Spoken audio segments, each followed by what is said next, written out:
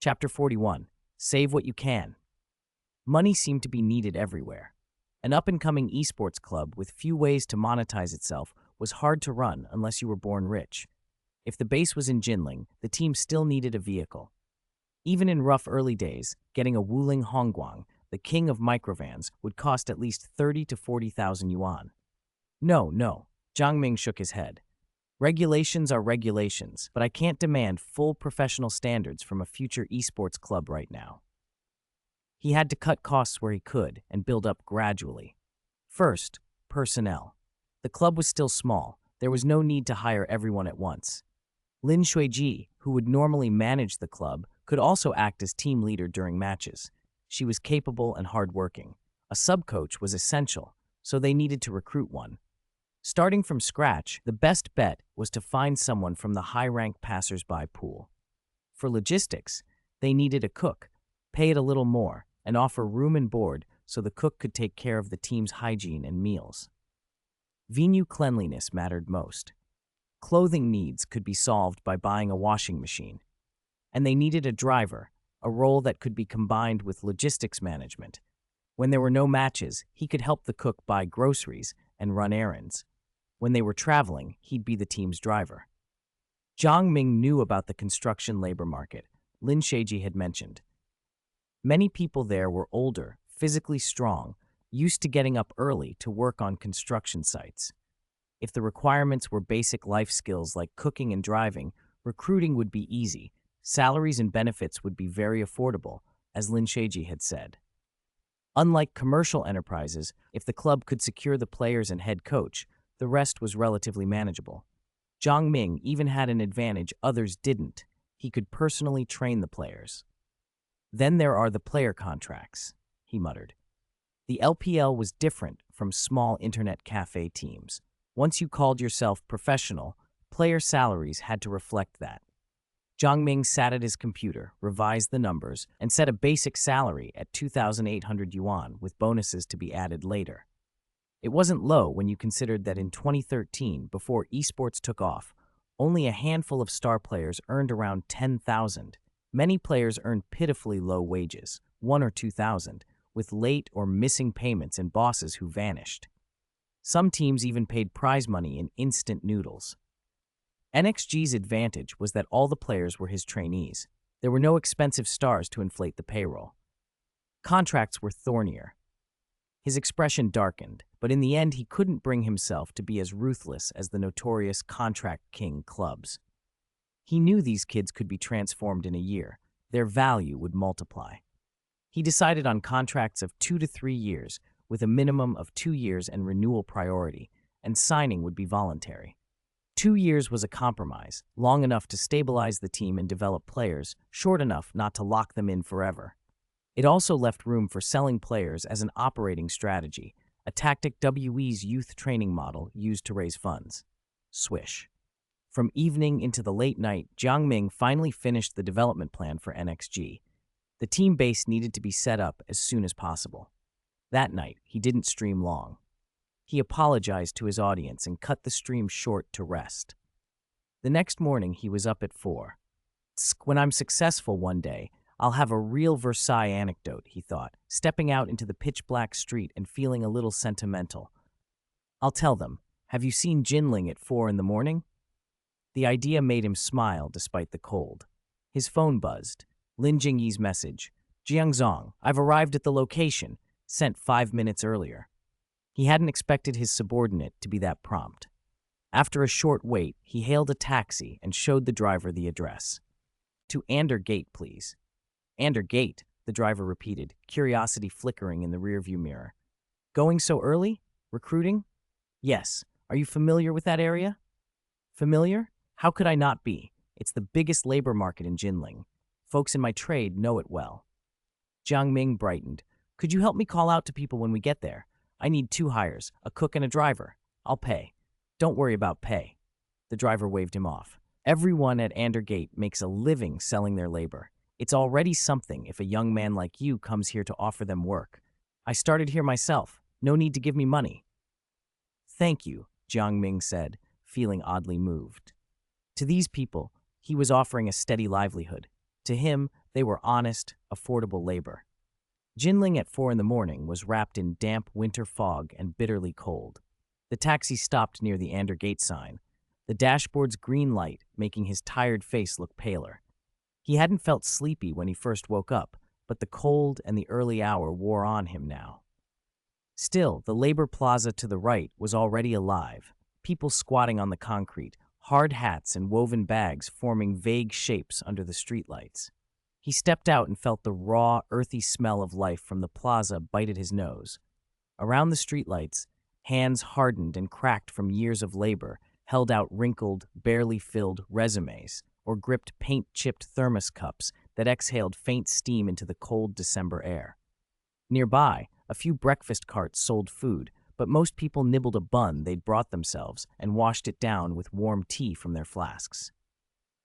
Jiang Ming didn't push forward. He couldn't bear to intrude on that atmosphere. He felt the quiet, familiar compassion many ordinary Chinese people carried.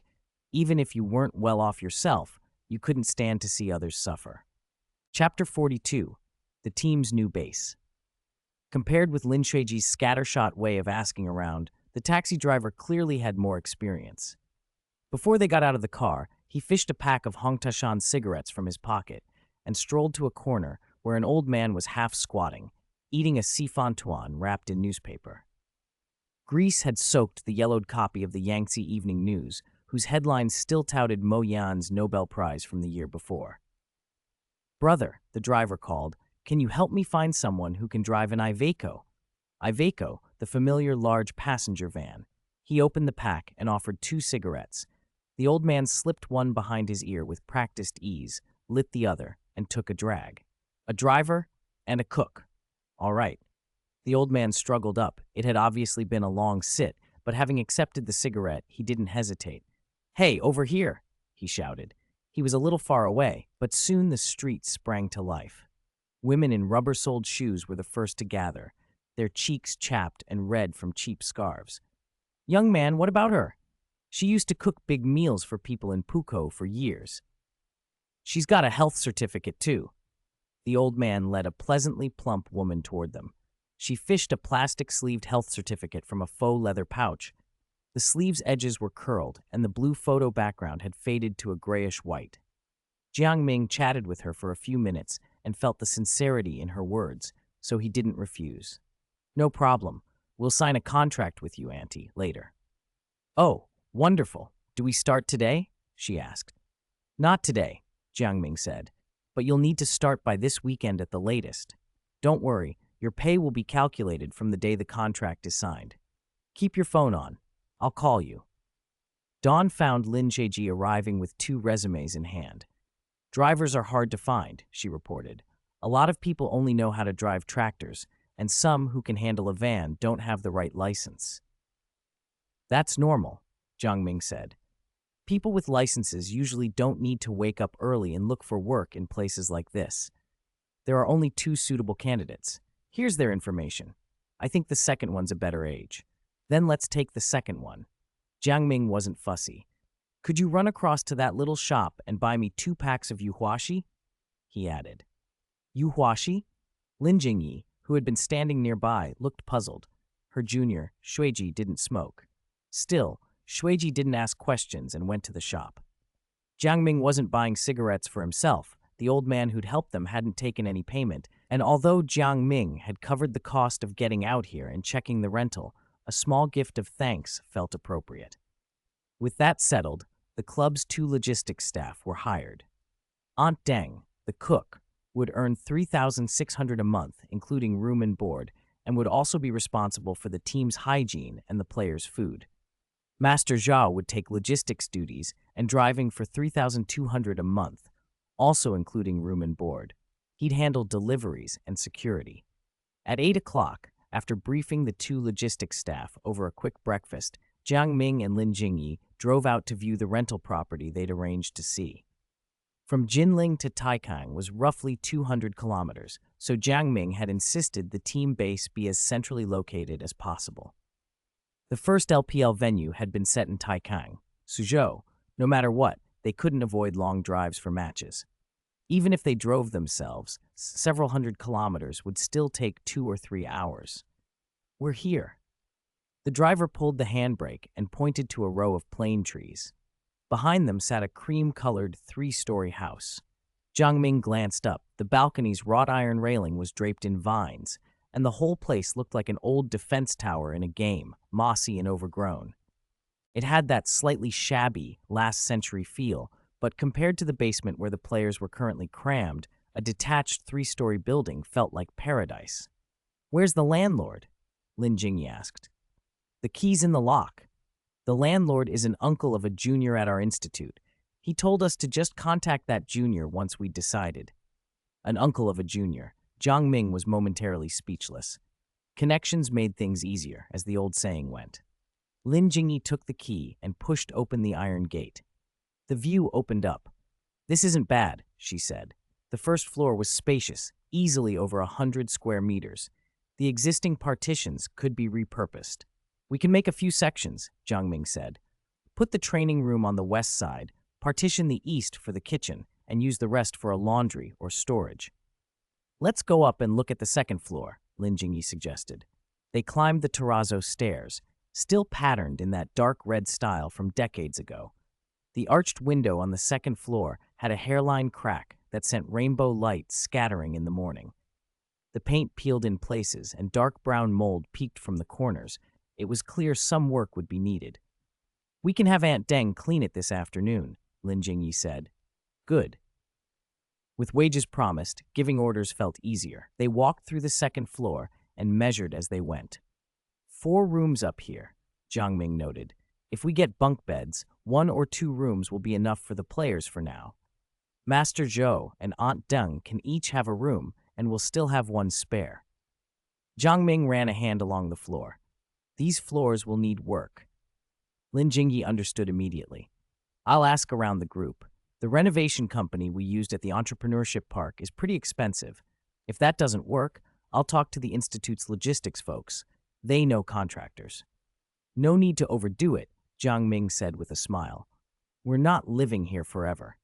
Keep it simple, just a skim coat on the second floor." They both laughed. Practicality mattered. "Make the training room on the first floor big enough for 7 or 8 computers. Leave space for a water dispenser and a refrigerator, and add an extra air conditioner. Summer's coming." "Put some thought into the training room layout. I'll send over the detailed requirements tonight," Lin Jingyi said. "As for design drawings," Jiang Ming added, "I know people at the Design Institute. They can help." "And there's an attic," Lin Jingyi said, looking up through the skylight. "We can set up a boss's office up there." Talk of connections brightened Lin Jingyi's face. After walking through a few other places that afternoon, none of which offered better space or rent, they went back and chose the first 3-story building they'd visited as the team's new base. It wasn't fancy, but it was practical, affordable, and close enough to make the long drives to matches manageable. Chapter 43. The Computer Emperor. The floor height is 3.2 meters, the bay is 8.5 meters, and the depth is 12 meters. Lin Jingyi, hands still dusty from scraping the wall, jotted the numbers into her notebook and then looked up at the man inspecting the electrical box. After renovation, the usable area on the first floor will be about 102 square meters. We should be able to fit everything we need. What about the cost? Factor in rent, renovation, and furniture, then run the numbers again. Jiang Ming cared most about the money. Small businesses couldn't waste a single yuan. A QQ notification pinged on Lin Jingyi's phone. They've sent the blueprints. That soon? Not really. I had a friend at the Design Institute. They drew a rough base map when they had some spare time. Let me see. Jiang Ming scanned the plan. The training area should be in the largest section on the west side, about 46 square meters. Each computer needs roughly 1.5 square meters of operating space, maybe a bit less. If we arrange 8 machines in a U-shape, that'll save a lot. Lin Jingyi crouched and sketched a few squares on the floor with chalk, arranging them like towers in a strategy game. On the plan, the living area was on the east, about 24 square meters. The old white-tiled stove left by the previous tenant was slick with years of grease. Aunt Deng's cleaning supplies were stacked in a corner. She was scrubbing the tiled wall with a steel wool pad, working over a faded character. This row of wall cabinets could hold 50 gin of rice, Master Zhao said as he climbed a stool and tapped a loose door. But we'll need someone to clear the drain. I found a cockroach nest when I tested the water. They'd signed the lease on the 3-story building, and Jiang Ming didn't waste time. He put everyone to work on tasks that didn't require contractors. No one complained. After all, the boss was paying. Let's put the dining area in the middle. Leave room for aisles, he said. Lin Jingyi's calculator clicked as she ran the numbers aloud. A 10-person dining table takes up about 8 square meters, plus aisles. The rent's 3,000 yuan a month, but if we rent a year, the landlord threw in 1 month free, so the rent's sorted. Renovation, water and electrical rerouting, materials and labor, 30 to 50 yuan per square meter. Then there's plugs and faucets. Buying online will be cheaper. The walls and floors need work too. Repaint the walls with latex paint. Thankfully, it's a small area. Replace some floor tiles. The bathroom is a mess from disuse. Toilet, sink, shower head, all need replacing. 1,000, 5,000, 10,000. Lin Jingyi rattled costs off like a calculator. As a finance major, she could wring every cent out of a budget. Jiang Ming's eyelids twitched at the mounting figures. He wanted to snatch her notebook and yell, "Stop!" They still had to update the club's computer peripherals and redo the network. Better to keep renovations minimal. In the end, the 3 floors of the NXG team base required only light modification, about 150 square meters total, and roughly 20,000 to 40,000 yuan. That estimate assumed Master Zhao would hire temporary labor and the team would assemble things themselves to keep costs low. Okay, Jiang Ming said. I'll leave the renovation to Zhou Shu and Aunt Deng. We're heading back to campus. After a quick farewell to the cleaning crew, he and Lin Jingyi rushed back. This visit was about the club's esports rigs and networking. They couldn't set up like before in the basement with a couple of scavenged machines from a shuttered internet cafe.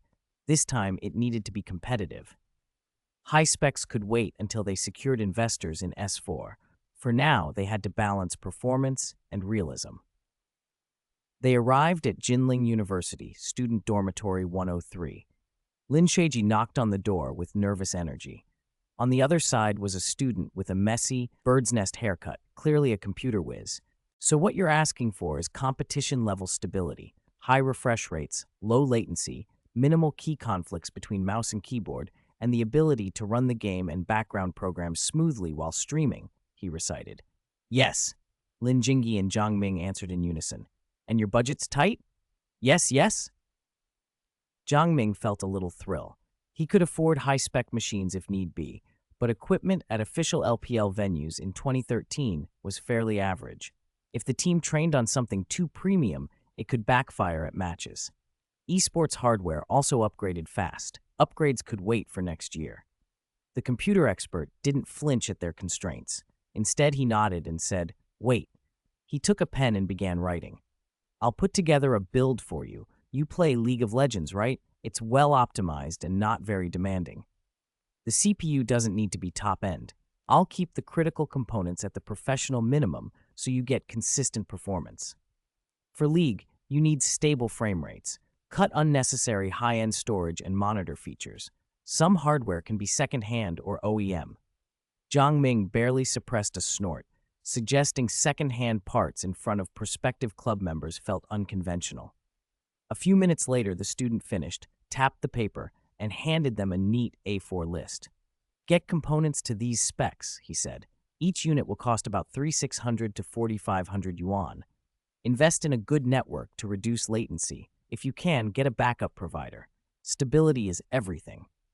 I'll send you the pickup locations. Don't go to the places those idiots at the Innovation Park's print shop recommend. You'll get ripped off." Jiang Ming read the dense parts list. Intel i5 2400, NVIDIA GTX 650 Ti, AOC i2369V monitor. Lin Jingyi folded the sheet and slipped it into her bag. "Thanks, senior. I'll transfer the fee for the configuration to you on Alipay." "Fine. You two get on with it. I'm going back to my game." The student waved and resumed what looked very much like an online match. Before he left, Jiang Ming gathered his courage.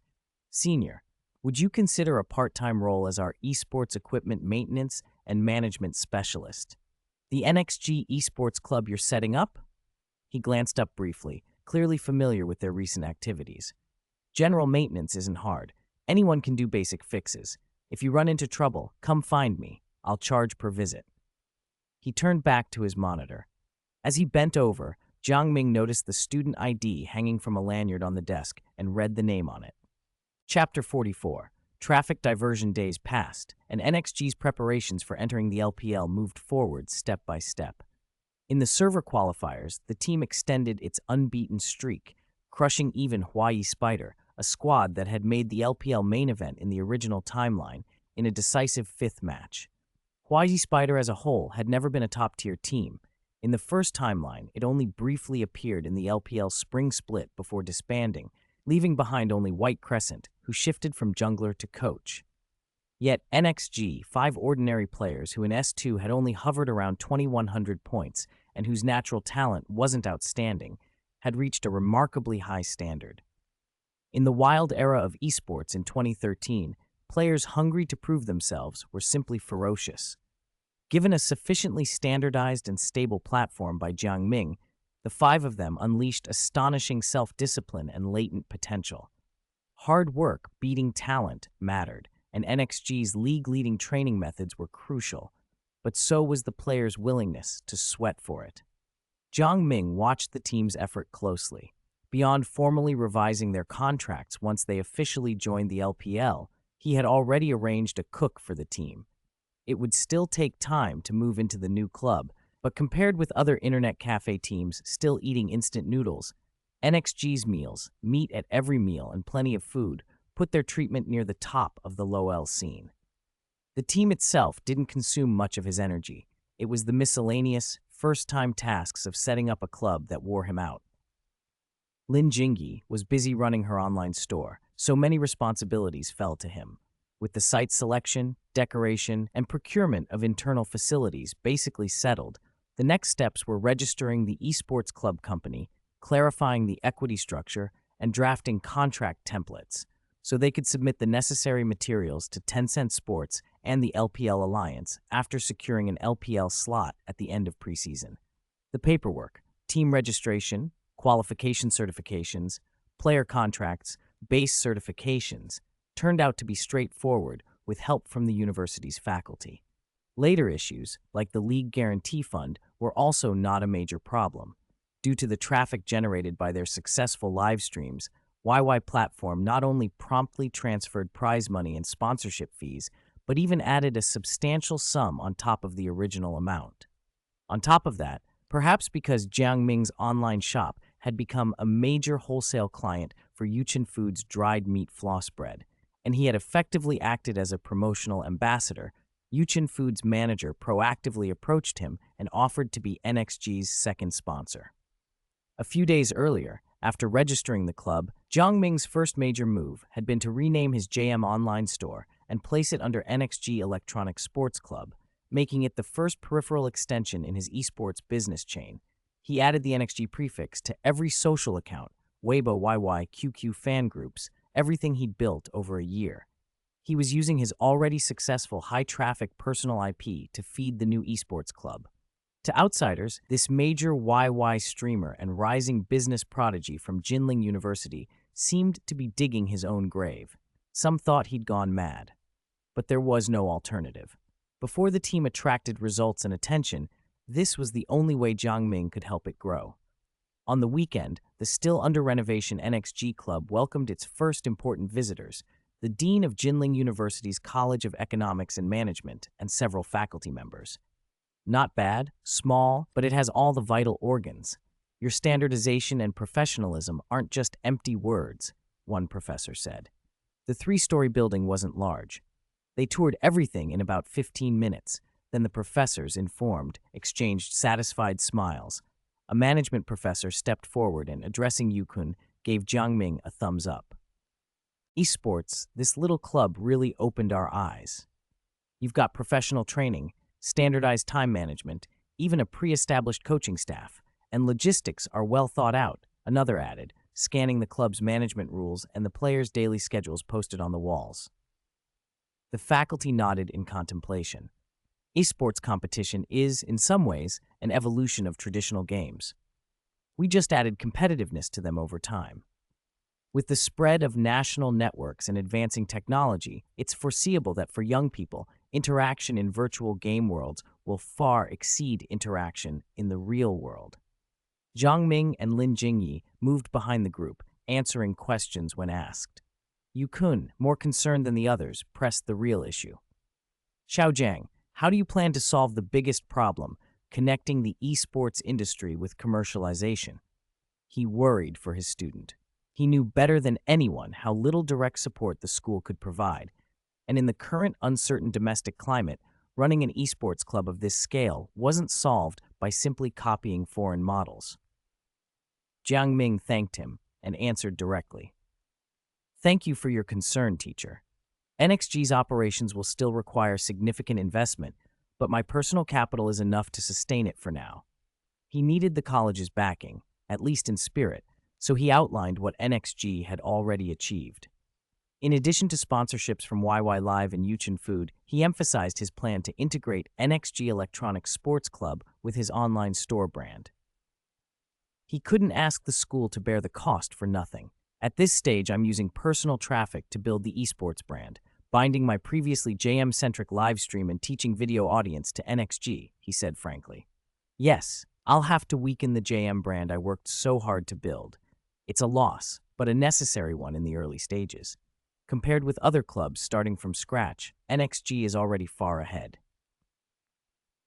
If NXG gets results in the professional league later, my live streaming and e-commerce 3-layer cycle will close back up, and we'll add a long-term stable 4th layer.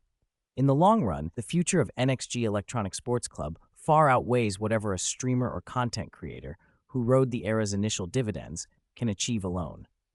Besides, moving from JM to NXG is more than a brand change. In the internet age, an individual's recognition by an audience is less enduring than an institution's. Building NXG now creates something that can outlast any one person. Chapter 45, Team Brand. There's simply no comparison between a personal brand and the brand of a mature esports club.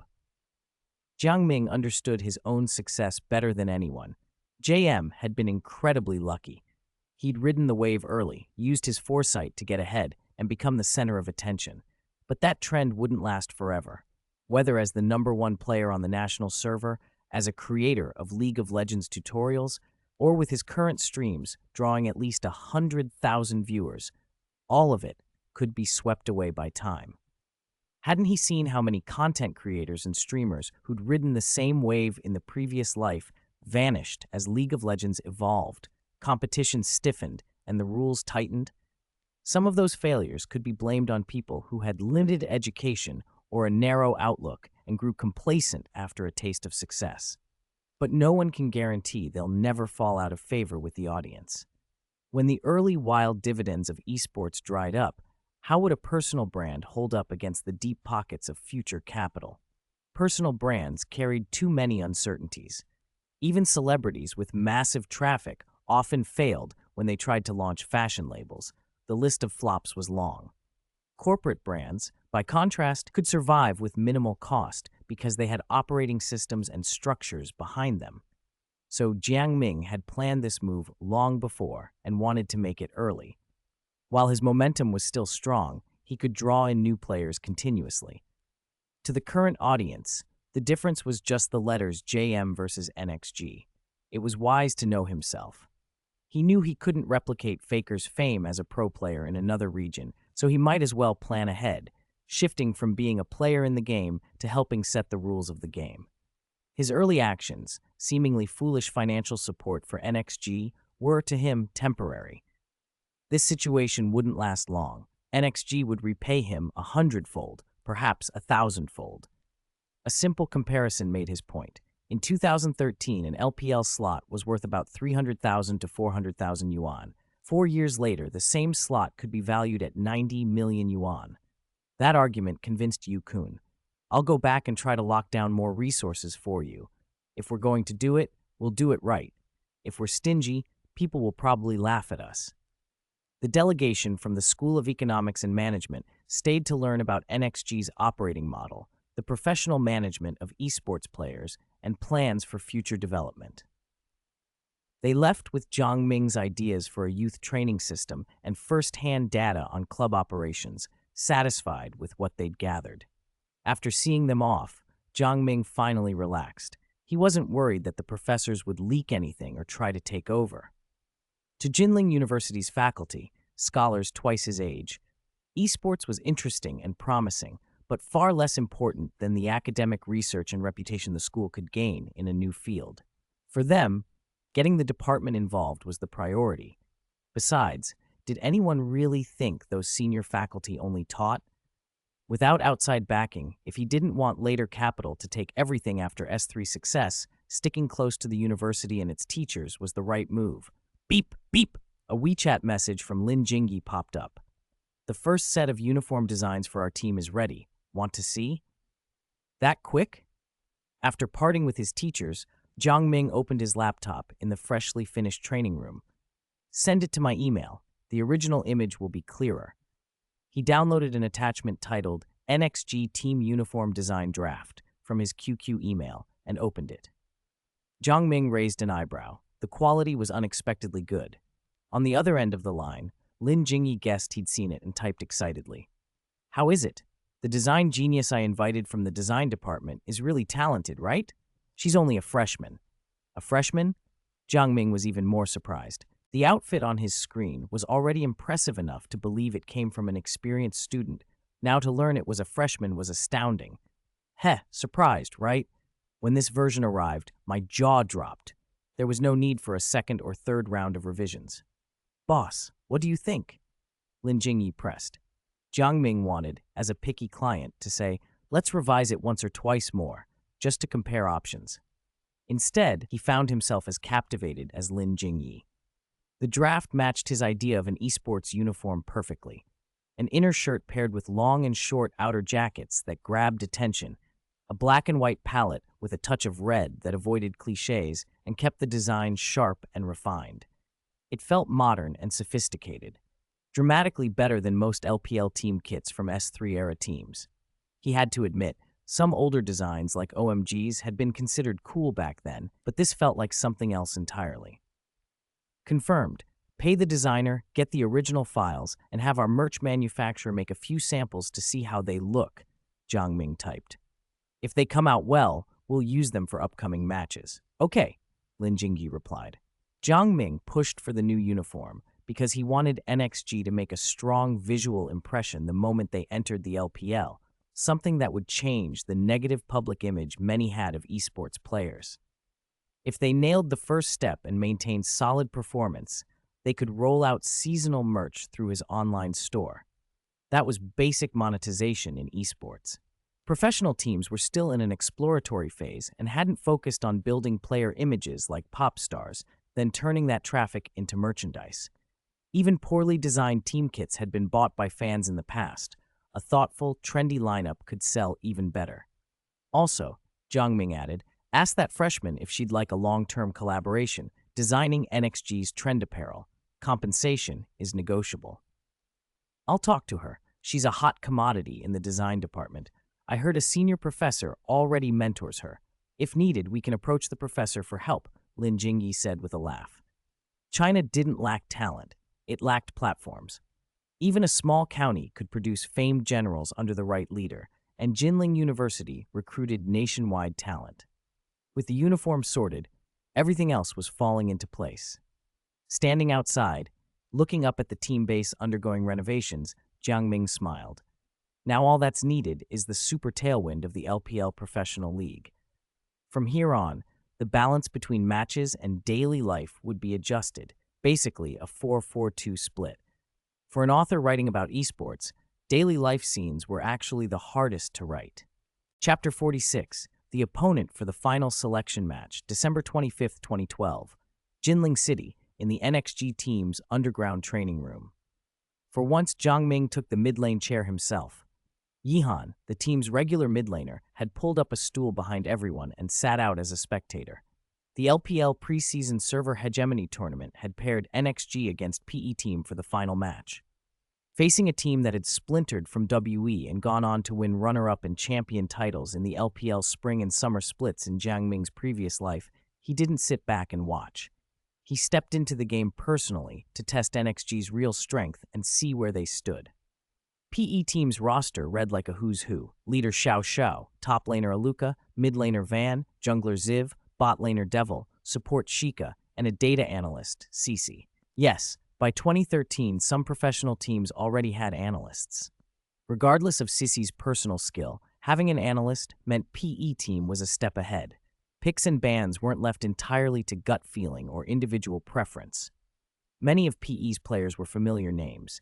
Aluka was the first Akina speed god in veteran memories. He'd used the reworked Scion at IEM to help an underdog Wii upset the arrogant Tigers, and he was behind the cockiness that ran through the 2015 LPL. The bot duo were also known faces. Sheikah had been an early victim of contract disputes and later made a name as half of a notable duo. ADC Nami had once been crowned S4 World's Best A by Fist and had his own notorious drama. The roster and their histories made PE dangerous. Focus. Play seriously. PE's individual skill is good. For this last match, I want you all giving your best. Jiang Ming warned during the prep phase. The 5 straight wins in the server selection had made the younger players a little too relaxed. Understood, they answered quickly, and they meant it. Jiang Ming was not only their best player, he was the boss. The other 4 knew that looking lackadaisical could get them cut before the LPL even started. Where would they go if NXG fired them? Across town in PE Team's training room, the mood was very different. As soon as they saw NXG's prefixed IDs, Sheikah felt his scalp prickle. Oh my, of all teams, we get these monsters in the final match? It's normal, Ziv said. We're 4-1, they're 5-0. The system pairs similar records. He still underestimated how dangerous the matchup would be. Nami, fingers busy adjusting runes beneath a mop of long bangs, said, NXG's bot lane is rock solid. I matched with them in solo queue, fundamentals, positioning, never overcommitting. Their team fighting is strong too. That AD sorry, if he's duoed with his support, it's almost impossible for top or jungle to start on him. Plays like Wei Xiao, another player added. Heh, Sheikah, you're in for it. NXG's support is better than you at warding and initiating, analyst Sissy said from behind, hand on Sheikah's shoulder. Xiao Xiao suddenly pointed at the screen. Did you forget someone? Today, NXG's mid is JM himself. In last week's national server top match, Wii's 4 players were completely demolished by him. Damn it! A burst of shocked noise filled PE's room. They hadn't expected a streamer with a 6-figure audience, an online millionaire, a top Jinling University student, and the owner of NXG to personally jump into the match. Ding! As if on cue, the referee pulled both teams into the pick ban screen. PE on blue side, NXG on purple. Twisted fate. We don't even need to ban him anymore. One voice said. Global ultimate strategies have been nerfed so much, right? On NXG's side, top laner Song Yuan, calmer than most, asked his boss for direction. Pangran, what do you think? Jiang Ming didn't answer directly. He looked instead at Pangran, their support. Maybe because he'd been undernourished as a kid, Pang was the shortest member of the 5, but he was also the quickest thinker. Jiang Ming had deliberately trained him to be the team's brain and a future coach if pro play didn't work out. I think he still needs to be banned, Pang said without hesitation. Why? Song Yuan asked. First, PE came from WE and they know global ultimate tactics. The current meta leans toward assassins, true, but without detailed scouting on the enemy, picks and bans shouldn't be risky. Pang glanced at Jiang Ming, who kept a supportive expression, and continued. From a pure skill perspective, letting Twisted Fate through isn't a huge threat. Ming can dominate him with an assassin, but strategically, banning TF removes an information variable. It forces the blue side to rethink their plan. Good point, Jiang Ming said. If blue can first pick Zed, then banning TF denies them a lane-dominant mage and acts like a smoke bomb. It shapes the draft. PE was silently baffled by NXG's Twisted Fate ban. Wait, what are they doing? Their purple side with counter-pick advantage and the top national Zed in mid. They banned Twisted Fate, but Zed counters TF. Don't overthink it. We'll ban what we want, Sheikah said after a moment. NXG is strong at dictating tempo. If we want to win, we must contest the early game. Letting them drag it out is suicide. Actually, Van Peasmid murmured, in their previous matches, NXG didn't let opponents drag the game late either. Then early game picks like Zed look good. Van, we can grab Zed for you. Van froze. Please spare me. You've seen what JM does. He's taught tons of high-ranked players how to play both sides. Zed against Gragas, Gragas against Zed. He knows the matchups inside out. Be confident. Our promotion is already secured. We have nothing to lose. Maybe you'll catch JM off guard. Van's gaze drifted, half bothered, half intrigued. Encouraged by the room, some of his earlier reluctance shifted. Soon both teams had finished their 3 bans. Blue PE, banned. Gragas, Oriana, Zyra. Purple, NXG, banned. Twisted Fate, Thresh, Kale. Chapter 47, LPL Trial Broadcast. Blue side had first ban and first pick. PE's top laner hadn't foolishly wasted the first pick on a mid laner like Zed. He'd used it to lock Elise, a strong early-game jungler, for their jungler. Securing a spot in the LPL was already guaranteed. They weren't about to throw away a match by making sloppy draft choices. As the draft continued, NXG's picks quickly began to take shape. Caitlyn and Jarvan 4 went in as their first 2 selections. They picked Caitlyn to push towers fast, PE's players murmured. Jarvan's flag helps with attack speed. Mid will probably be a teamfight mage. Sheikah shook his head. Can't be sure. Don't pick our mid until they do. What should we take? Someone asked. Renekton and Miss Fortune, CC answered, and Leona as support. Miss Fortune, the plan Sheikah and CC had prepared when they drew NXG for the final match. Their own Nami wasn't a confident Vayne player, so against a team that excelled at coordinated fights, they needed an AD who could output massive damage quickly. No matter how well NXG executed teamfights, Miss Fortune's ultimate could break through if she found the chance. Depends on whether their 3rd and 4th are mid-picks, Sheikah added. I doubt it. Isn't Jiang Ming the owner of NXG? Why would an owner leave the counter-pick to his players? One of them scoffed. Clang! To everyone's surprise, NXG, on purple side, locked in Shen in the 3rd pick, and then immediately took mid in the 4th pick, Ahri. PE went quiet. Ahri had been shown early. Penguin Sports, the organizer of the LPL, was already running several qualifier broadcasts on the Tencent Games Arena, TGA platform.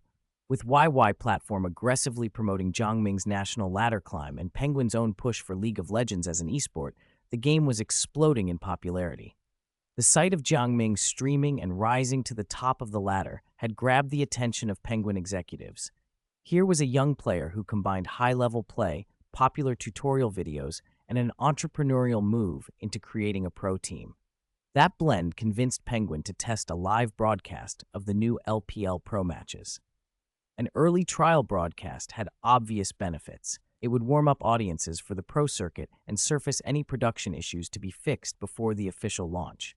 So Tencent Games Arena and YY Live quietly rolled it out.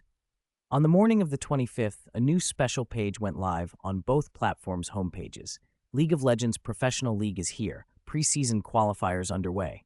The schedule listed OMG vs IG, LM vs Dawn Wings WOA, and NXG vs PE, already in progress. Inside the live stream, chat exploded. What the Penguin and YY? Are you guys crazy? You started a pro league broadcast without telling anyone? What happened to Jan 29? No hype, no commentary, just the match? Are you trying to lose viewers? Chill. The title says it's a trial broadcast of the preseason qualifiers.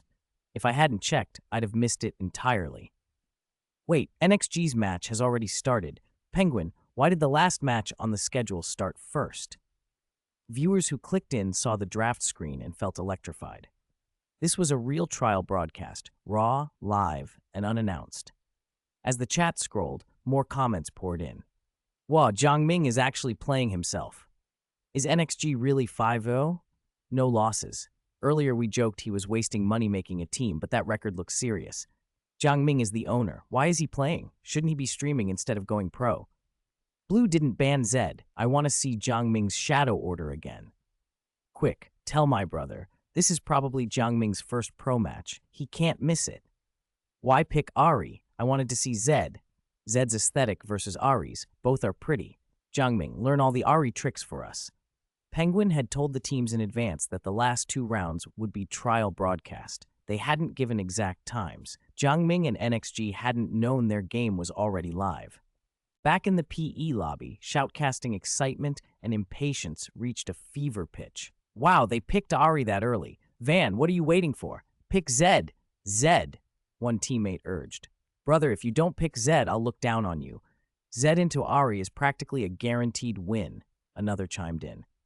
The barrage of encouragement pushed Van's remaining doubts aside. He clicked, if they think they can dismiss me, fine. Zed is one of my best champions. He locked in Zed with a grin. The pick landed with a satisfying thud. Formless blade, the most lethal, he murmured. Seeing the blue side confidently lock in Zed made Jiangming smile. In the fifth pick, he told Pang Ran, to counter Zed, she's the one. Pang Ran moved his mouse and locked in a purple-haired support, Lulu. Nice to meet you, he said. The draft closed. P's composition on blue read, top Renekton, jungle Elise, mid Zed, bot Misfortune with Leona support.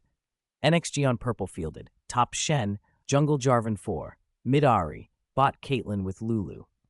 It was a clear statement of intent from both sides. Full strength meant committing everything to the match, both in individual performance and in the draft. Shen, Jarvan, and Ari provided 3 reliable forms of initiation. Caitlyn's rapid tower pressure and Lulu's protective utility would let NXG force fights on their terms. They had poured everything into this game to see how they matched up against PE, one of the strongest squads in the early LPL. The trial broadcast had suddenly become something much bigger, a real test at the dawn of the professional league. Chapter 48, Jiangming's small surprise for S3 players. Holy moly, this Shen is so slippery.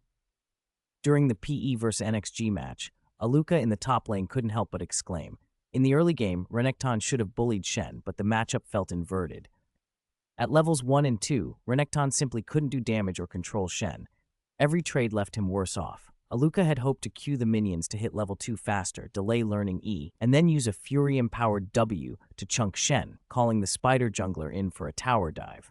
The Renekton plus Spider Jungler combo was brainlessly effective most of the time, but the opponent seemed to have expected that. Before Renekton hit level 2, Shen walked back, widened the distance, and even tossed a shuriken to poke. The planned play dissolved into nothing. Looking at his health and last hits, Renekton had gained no advantage. Aluka stared at the screen, questioning himself. Level 2 poke, level 3 dive. I've taken more tower dives than you've played matches this season. Song Yuan, playing Shen, snorted and clicked the ground to control the Eye of Twilight, dancing to snag every scrap of experience. Calculating XP and recognizing champion power spikes in a solo lane was basic work for them. If he'd been poked down at level 2 by a Renekton like that, Mingyi would have roasted him for days. What Song Yuan was actually proud of was his kiting. He used to all-in blindly. After being lectured by Mingyi for weeks, he'd finally learned to kite in the top lane. With Renekton failing to get priority, PE's bottom lane, hoping for a level 2 all-in, also suffered.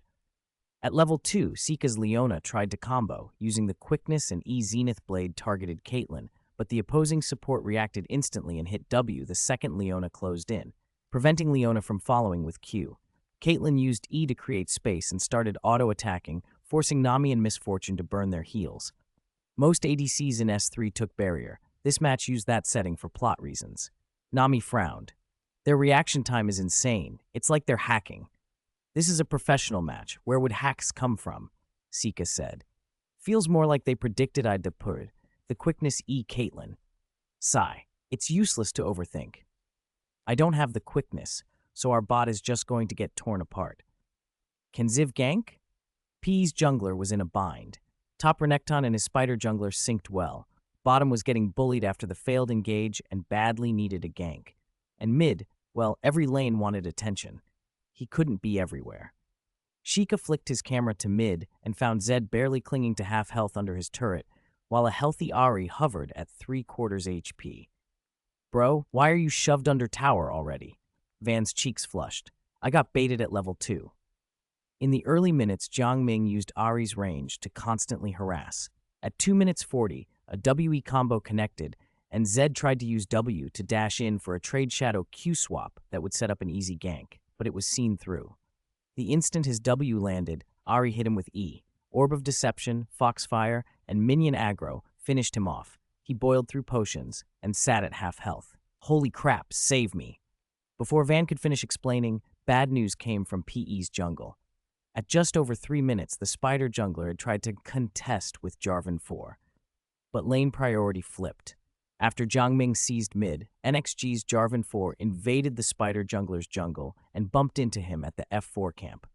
Jarvan EQ knocked the spider jungler up, and Jiang Ming's Ahri landed a charm over the wall. Follow with the quickness, Jiang Ming called, and his teammates committed. They killed him. First blood, NXG. JM killed PE, Ziv. Only 3 minutes in, the team that had looked stronger at Champ Select now conceded first blood to NXG. The livestream chat erupted. 666! What coordination was that? I hadn't even finished watching Jarvan's EQ animation before JM followed with the quickness and charm. Is NXG that good? Renekton can't suppress Shen. Leona's level 2 all-in got turned around and they got poked down, and now the mid-jungle duo got first blood in 3 minutes. PE feels weak. Worse than normals. Hold up, PE beat IG earlier. Teams reaching 4 wins in qualifying aren't weak. These are basically master-tier players on the national server. The viewers were stunned, but NXG hadn't even started their full plan. At 4.5 minutes, the resurrected spider jungler tried to go top. Renekton used E to dash in and tried to bite with W, but Song Yuan anticipated it and used the quickness preemptively, sidestepping back to his turret. The jungler looked to follow, but facing a 2/3 health Shen with taunt up, he hesitated. You're ganking? If you kill me even once, consider it my loss, Song Yuan boasted, turning imposing. His daily anti-pressure drills in top lane paid off. Mingay had told him ganking top was often the jungler's best option. Losing the quickness was fine. Just don't die. A few minutes later, Jiang Ming, who'd been stuck at level 6 mid, finally leveled his ulti. He predicted Zed's shadow play and cast RE to catch Zed the moment his shadow landed, while Jarvan 4 collapsed in to force out Zed's the quickness. Ahri's second and third ult shots finished the kill under turret, and she slipped away on 90 health. At the same time, bottom lane's strategic goal was achieved. After Leona's level 2 all-in failed, Jarvan 4, backed by mid, made intermittent visits to bot. Caitlyn pushed and poked freely, and with Lulu's polymorph, Leona was completely suppressed. Just past 8 minutes, the outer bottom turret fell. PE quickly rotated their duo to top, hoping to help Renekton and the spider jungler shut down Shen's farm and trade turrets. Jiang Ming had predicted that and had Song Yuan TP to mid instead. While Song Yuan took a wave of minions, he worked with the jungler, Caitlyn, and Lulu to crush down an outer mid turret. PE had never seen this kind of coordinated play. They hadn't been losing constant team fights, but their towers were melting. The spider jungler fared even worse. Once the mid-outer turret fell, jungle camps became scarce. In the end, it was clear. Jiang Ming, relying on his knowledge from later eras, might have misjudged PE a bit, or perhaps he had underestimated how well NXG's players, trained by modern professional methods, could execute. Either way, the match had swung hard in NXG's favor. Chapter 49, Plundering Like Bandits. LPL preseason qualifiers, TGA platform, Penguin livestream. Teams that had already qualified sat at their desks watching the match between NXG and PE, two of the top-ranked teams from the server qualifiers. Inside the OMG team room, tall Liang Shaosun's eyes were as wide as brass gongs, and he let out a sharp hiss. No way. Is NXG really that good? This is ridiculous, someone muttered. Top and jungle couldn't get an advantage, mid lane was crushed, and Sheikah got pinned down in bot, couldn't move at all. Liang Shaosun suspected PE of throwing the game. Not long ago, PE had crushed OMG's base in just over 30 minutes. PE were unquestionably strong, yet the same PE who had beaten them were being utterly dominated by NXG. No lane won, and the game ended in under 10 minutes. It was hard to believe. Gogoing's rough voice cut through the room. I'm not surprised. Jiang Ming's shot calling is that good. I've queued with him before. He arranges everything down to the second. When he topped the national server on his stream, even the 4 WE players on the other team looked overwhelmed. I watched that game too, said Ling Yao, the jungler, serious. Jiang Ming and NXG's jungler worked smoothly together. Ming Kai and Ruo Feng, their mid and jungle, were suppressed the whole time. Just that mid-jungle synergy alone showed how strong they are. Now put Jiang Ming with 4 teammates who can follow orders? It's deadly. Come on, you're giving them too much credit, Cool snapped from the corner. He'd been leaning back, watching an adult video on his laptop, and the rest of the team's praise for the opponents grated on him. Going glanced at Cool. The loud, unrelated audio coming from his corner made the crew roll their eyes. But stubbornness aside, the strength on display couldn't be dismissed. Within the pro circle, teams that had dealt with PE knew their capabilities. Being obliterated by NXG was something everyone took seriously. UE, IG, Royal Club, LM, countless pros tuned into the Penguin broadcast. Trash talk was normal among young players, but actions spoke louder than words. Any team with a clear head would take note of a dangerous opponent. PE still had the game on the line, but they were being systematically stripped. After their outer mid-tower fell, their jungler lost the spider camp first. Blue buff on the top half, F4 and the red buff on the bottom half, all swept clean. It was like a bandit raid, but frighteningly disciplined banditry. As PE's shot caller, Sheikah felt a stone on his chest. The purple side 5 had taken control and left no openings. Towers were down, nobody overextended recklessly, and there were no solo picks. NXG wasn't just taking camps and towers, their movement was coordinated, anticipating PE's attempts to ambush. It didn't feel random. It felt like a machine following a program. Top, jungle, bot, support. 4 players executing repeated commands to the letter under the direction of their mid lane. Sheikah tried to place wards, but was repeatedly caught by Jiang Ming's Ahri. If he could hear the NXG team chat in their underground comms, he might understand why it felt so relentless. 15 minutes in, a small dragon was about to spawn. Over NXG's team chat came crisp, calm calls. NXG, Pang Ran, dragon in 21 seconds. Enemy support's quickness is down for 40 seconds. Dragon fight won't go well for them. I'm heading back to shop. Ults up, I'll recall and push top. Lao Shu, take a control ward and place it in PE tri-bush. On it. Stone, force their position with me. You can stand slightly forward. The communication was short, precise, and operational. Unlike the noisy wet market, team chats some viewers equated with a healthy atmosphere. Real pro-level voice comms are about feedback and commands. No filler, no distraction. Shouting, protect the AD, and then abandoning them is useless. Correct calls must match execution. Before the dragon spawned, Shen applied lane pressure at top. The support refreshed vision early. The AD stayed with the support to relieve pressure, and Jiang Ming moved forward to poke and threaten. PE's response showed the era's telltale flaw. They sent Sheikah, a Leona, to scout the jungle alone, despite being down in gold and levels. The rest of his teammates were spread thin across lanes, farming minions. It was unclear whether they planned to contest the dragon or concede it entirely. If they were going to concede, the smarter play would have been to set up a defensive posture around Baron. Did they really expect Leona alone to withstand an overfarmed Ahri? Finish it fast, then rotate to Baron, someone on NXG called. Jiang Ming didn't hesitate. He had the information he wanted and pushed the pace. Orb of Deception, Foxfire, Charm, Deathfire Grasp. Sheikah, cautiously checking the brush, never had a chance. With Deathfire Grasp and Ahri's burst, the full health Leona turned to a dried husk in less than a second. NXG, Jiang Ming killed PE. Sheikah, Chapter 50, undefeated and the exposure of training volume.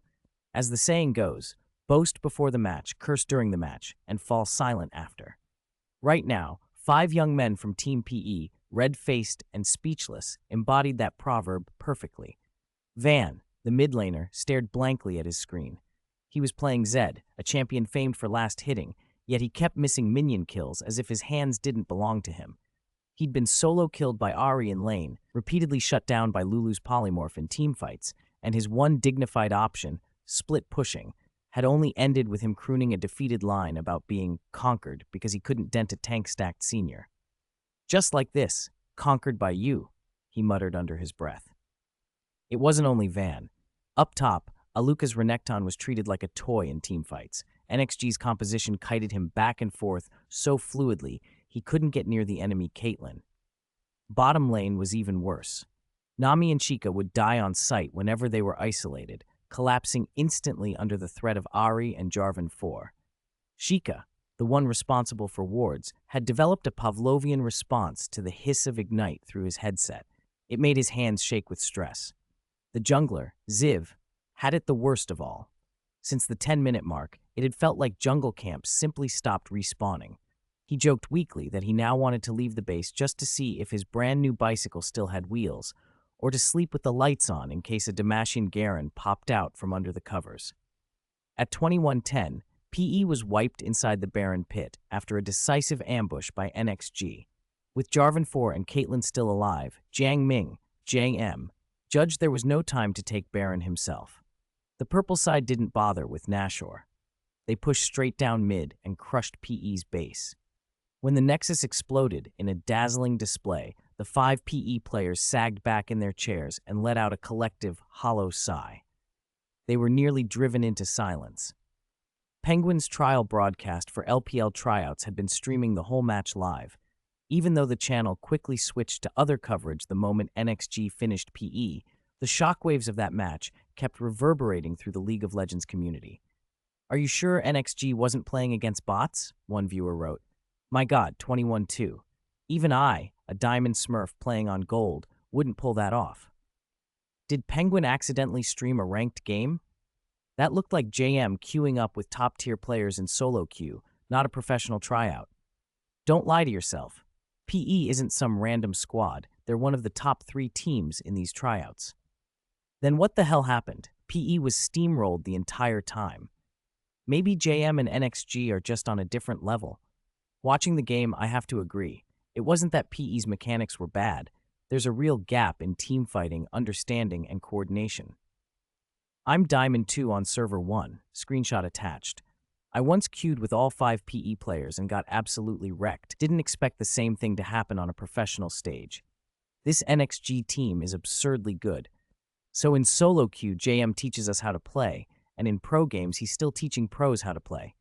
The stream chat exploded, and the conversation spilled over onto Weibo, Tiba, and other forums.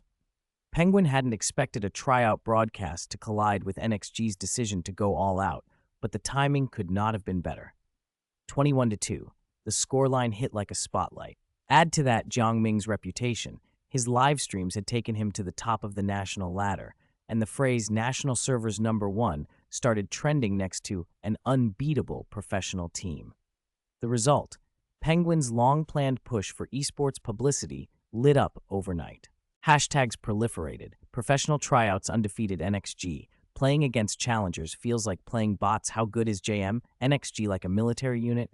NXG may be the LPL's first regular army. Terrifying training volume of NXG. After seeing this, do you still want to game? NXG player daily routine and training schedule. Among the trending items was a photograph that crystallized the public's reaction. A paper schedule, roughly taped to a wall in NXG's training room. Someone had snapped a picture during renovations and uploaded it to Weibo. Once that leaked schedule hit the internet, it was like pouring gasoline on a fire. People reacted in disbelief. That training time can't be real, can it? Training until 3 or 4 in the morning every day? Are you serious? If you count tactical analysis, that's 12 to 13 hours a day per player. Who can handle that? Is JM running a rehab camp for internet addicts or a pro team? The schedule is precise down to the minute. This is not casual gaming. If NXG actually follows that timetable, their robot-like team play suddenly makes sense. Holy crap, this Jinling University top student turned streamer who sells pancakes can become national #1, make millions from his shop and streaming, and manage a team more regimented than others. I graduated from Jinling University too. Sorry, I've embarrassed the school. The exposure sent viewership of the tryout match through the roof. No one had expected Jiang Ming's NXG to become the focal point of LPL attention overnight. It wasn't WE, last season's big name, nor IG with its twin stars. It was a brand new squad founded by a streamer known for selling pancakes, rising up as the internet's new obsession. Had Penguin not suddenly decided to broadcast the trial, or had Jiang Ming not chosen to reveal what NXG could do when they truly pushed themselves, this breakthrough moment would likely have passed. A leaked schedule without a blockbuster result might have sparked a few incredulous comments and then been forgotten. But with the crushing victory and the timetable now public, NXG had become something else entirely, a phenomenon, the subject of awe, skepticism, and feverish discussion across the scene. Chapter 51. Welcome to NXG. His finger hovered over the phone screen, scrolling through the scarlet trending topics. Jiang Ming's eyes stung from reading one absurd headline after another. Half an hour later, having pieced together the whole story about the terrifying buzz around NXG, his emotions were on a roller coaster. First instinct, be thrilled. For anyone trying to build an esports team, attention is everything. NXG hadn't even officially entered the professional league yet, and overnight it was famous. With this traffic spike, about 70% of the development headaches NXG might face were already solved. When the times are on your side, even a pig can fly. For the past 2 weeks, he'd been grinding for visibility, streaming relentlessly, even renaming his year-old JM online shop the NXG Team Flagship Store. Growth had been painfully slow, and the audience often mocked him. To them, Jiang Ming, a streamer who started selling pork floss cakes, trying to enter the pro scene felt like career suicide. Then everything changed. An LPL preseason qualifier appeared on Tencent's quiet trial broadcast. Their performance looked machine-like and brutal, and inevitably netizens accidentally leaked details about their insane training hours. In one night, the attention Jiang Ming might once have spent months earning shot through the roof. The tide of public interest was terrifying. That made him uneasy. High visibility raises expectations. If NXG flopped in the LPL, or even just performed mediocrely, the backlash would be brutal. Chinese net culture loved to lift people onto pedestals and then push them off cliffs. One whispered label, Water Army Team, and all his work from the past year could evaporate. It would be an irreversible disaster. Still, the explosion of attention before the season started was, overall, more gift than curse. If they managed it well and digested this windfall, NXG's growth could skyrocket. The impression has been planted in an unexpected way. A lot of things will get easier now, he told himself, scrolling through forums where 4 out of 5 threads mentioned NXG. He could move faster. They'd just clinched the server championship, 6 consecutive wins, a perfect run. To celebrate the team making it into the LPL preseason, Jiang Ming called Aunt Deng and had her buy fresh lamb for hot pot that night. Don't ask why not beef, superstition. Esports superstitions are better observed than doubted. He wanted to set a tone for the team. From now on, NXG members were absolutely forbidden to touch beef while on duty. All right, everyone, pack up. We're moving, Jiang Ming announced, clapping to gather the attention of the players who were still lingering in the training room. The new team base had been ready for occupancy 2 days earlier, but since they still had a match to finish and the base's network hadn't been fully stress-tested, he'd waited until after the game. The team had spent more than 3 months in the NXG underground training room. Even though they complained about the basement, when the moment to leave came, none of them stood up immediately. The pile of JM pork floss cake boxes in the corner suddenly looked oddly sentimental, those panda-printed packages shining with old grease under the cold light, as if reflecting the time they'd spent in this cramped place. Jiang Ming didn't push. For these young men, this dingy basement had been the starting point of their esports dreams. It had been his starting point with NXG as well. He lifted his phone and took a picture. That summer, a single fan, a dim basement, and 6 computers salvaged from a bankrupt internet cafe. Driver to Chixia District, he told Lin Jingyi, who had arranged a van for the move. The team car had been bought, but the club logo paint job at the shop wasn't finished, so they couldn't take it yet. More than 10 minutes passed as the van rolled through town. The gloom melted away from the young men's faces, and excitement replaced it. They were finally going to see the real team base. "Hey, what do you guys think our base will be like?" someone asked. "I heard it's 3 stories. No more basement training rooms," another replied. "I just hope the dorm has a private shower," someone said. Sister Lin said we got better computers. I hope they're easy to use. Gaming chairs with massage, please. Massage? Just make sure they aren't harder than a bench, Pangran joked over a speed bump. I want a monitor that doesn't feel like a slideshow, another grumbled. They'd known the base was being renovated, but Jiang Ming had been tight-lipped about the details, so the boys had been eager and a little fearful. Stone, who'd been quiet most of the trip, piped up. I just want to know what Auntie's hot pot will taste like tonight. Slurp. Now you mention it. I'm really looking forward to it, someone else said. I'm eating 3 big bowls tonight. 3? Not enough. I can crush 10. Move aside. Watch me go straight for the hot pot base. Another crowed. Jiang Ming laughed in the passenger seat. Outside, plane trees along Chixia Road cast dappled shadows, and the spring breeze carried the faint smell of fresh paint from the renovation. "We're here," he said. "Wow!" came a chorus from the back. "Welcome to NXG Esports Club," they shouted in unison, stepping out to the place that, finally, might be the foundation for the next chapter of their story. Chapter 52, New Contract.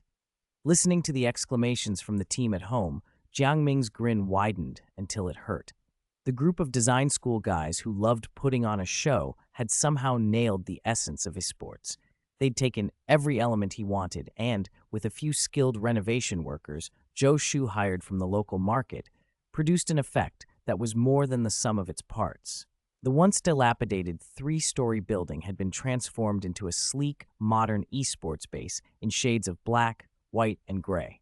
It might not be the most luxurious facility in the scene, but stylistically it was absolutely top tier. Best of all, the school had contributed materials and labor, so what should have cost tens of thousands ended up looking like a facility worth millions. In short, minimal spending, maximum effect. Why are you standing there just staring? Go in. After a few seconds admiring his domain, Jiang Ming noticed Song Yuan and the others still planted at the entrance, grinning like fools. The first floor is the training room and living area. Dorms are on the second floor, rooms 201 and 202. Room 201 is a big three-person room. 202 is for two. You can decide how to arrange yourselves. Arrange ourselves? Pangran and Xu Jing exchanged a look. They'd played together long enough that all it took was a slight nod from Pangran for both of them to shoot up to the second floor like rockets. "Damn it!" Someone in the rear cursed. "You two are shameless." The mid-jungle pair were half a beat slower, sprinting up the stairs to try and close the gap. "Shh, what's there to fight about?" Song Yuan rolled his eyes, dragging his suitcase.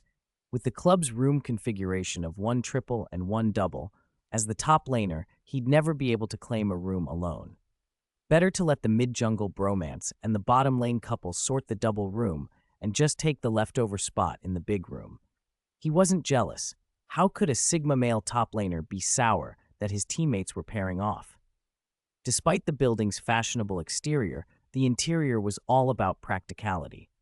"After all, we paid for most of this ourselves," Jiang Ming said. In the dining area on the first floor, he'd chosen the long, cafeteria-style tables you see in schools. Round tables would have eaten up space. Long tables could be pushed into rows against the wall so that even if the club expanded, mealtimes wouldn't get crowded. The tiny kitchen was cramped. 2 people working in it at once would be a squeeze, but that was intentional.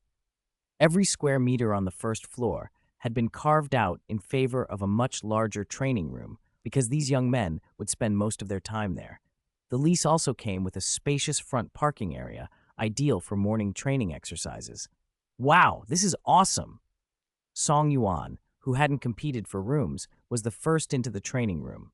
The bright, open space made his eyes light up. High-performance PCs lined up in a row, cheap LED strips around the desks, donated by a peripherals shop, and hero posters plastered the walls. Behind each station sat a little shelf with a potted succulent. Compared to the old basement, this place was heaven. "There's even air conditioning. I love you, boss." Song Yuan pressed his face against a Medea Tower air conditioner taller than he was. Considering Jinling's September days climbed into the high 20s, the difference between this and a stuffy basement was everything. "Tap, tap! And there's this too." Lin Jingyi, helping inventory the room, patted a large freezer. "Summer's coming. You can't be without one." Second floor, the smaller double ended up going to the bottom lane duo, who'd rushed ahead. The room wasn't large, just a standard student apartment after a double bed was dropped in, but it had a balcony and separate shower and toilet, plus an extra counter area for washing and laundry. Jiang Ming had asked the contractors to put lockable cabinets by the window so each player had a private locker. The triple room was a bit bigger, but with 3 people living there, space would still be tight. Logistics manager Zhou Shu took room 203. Aunt Deng preferred renting her own place in the urban village and didn't live at the base. Pack up. Mingay and Lin Jie are waiting for us in the training room. Song Yuan, the last to arrive upstairs, shoved clothes into his suitcase while reminding his teammates. Did you tell Shito and Changzi? I told them. I told them at the door when I came up.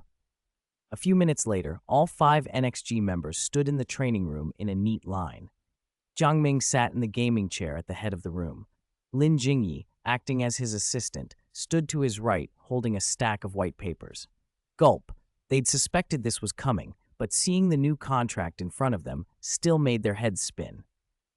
6 months ago, they'd been a bunch of homeless kids loitering in internet cafes. Overnight, they'd become members of an up-and-coming, professionally run team. Food and housing were covered, and their only job was to play well and be paid on time. A salary close to 2,000 yuan a month, an amount that made some coastal factory workers who worked themselves to the bone earn only as much, suddenly seemed like a fortune. When their parents first heard they could make money playing games, they'd thought it was a scam. Now NXG had grown from a server team into a professional squad, the base suddenly a 3-story house, and now the boss was revising contracts and improving benefits just as he had promised. These are the labor contracts drafted by the club, Lin Jingyi said. Have a look. If the terms and benefits are acceptable, contact your guardians. We'll sign these in the next few days so the team can register you for the professional league. Of the 5 NXG members, only top laner Song Yuan was over 18. The others had dropped out after junior high and were only 15 or 16. Jungler Shito was the youngest, just over 15, so their guardians needed to be present to form a legal labor relationship. Chapter 53, Signing and Promotional Photos. Lin Jingyi handed out the contracts. Song Yuan was the most eager. He flipped straight to the second page. Party A, Club, NXG Electronic Sports Club. Party B, Player. Game ID. He skimmed past that. He didn't need to understand all the labels and went straight to salary and benefits. Base salary increases from 1,600 to 2,800 yuan. Salary and benefits will be reviewed every season with performance bonuses set. Different league placements each season correspond to different bonuses. League champions get 20,000 yuan per person, runners-up. His eyes widened. Jiang Ming hadn't given his NXG players a sky-high base pay. In 2013, ordinary LPL salaries ranged roughly from 2,000 to 10,000 yuan, and top players with their own fan base could reach around 15,000. The terms on this NXG contract were not the lowest, but the real calculation couldn't stop at base pay. Jiang Ming had kept base salaries conservative while boosting performance bonuses, so if NXG produced results, including end-of-season payouts, each player's actual monthly income would be mid to high compared to other teams. Plus, NXG offered much better living conditions and perks than many teams. In an era when some teams relied on instant noodles and cramped basements, the place Jiang Ming had rented for NXG already counted as comfortable. Professional teams disbanded mid-season more often than people realized. Unpaid players sometimes survived by taking boosting orders. In that context, the benefits NXG promised were attractive. Also, Lin continued, the club will arrange live streaming contracts. If you stream under the team's name, you won't sign with any external guild. The club provides promotional resources. The revenue split will be 70-30, club 70%, player 30% of net profit. If there are live stream sales later, the club will give commission rewards based on sales from your streams. The contract term is at least 2 years, and the club has the right of first refusal on renewal. For new, unknown players, team-mandated streaming is basically part of the job. Jiang Ming wasn't focused on short-term gains. He was building a lasting organization. He wanted traditions and discipline set early. He also didn't fear a shortage of talent. He wanted NXG to be a team strong enough that talented players would want to join. Minimum 2 years, so can we sign 3 years? The jungler asked with a simple smile. You can sign 3 years if you want, but I suggest 2, Jiang Ming said. Hey Mingay, why? Song Yuan blurted. You idiot, sign 2 years, Xu Jing said. If we get results and become popular like we, our benefits will grow fastest. After 2 years, we can transfer. Ah, Mingay, I'm not saying I'm going to run away, okay? Song Yuan protested. Hey, that sounds sensible, another teammate chimed. Don't rush, Lin Jingyi said, stepping in. There are a few clauses you must notice. She pointed them out one by one. Article 3, Section 3. Every player must meet the following obligations. Daily training time, toward 12 hours, including ranked match verification. Obey the team's tactical arrangements and player rotations, and all social media accounts must be reported to the club. Especially the social account part. During your contract period, any updates on players' social accounts must be reported to the club.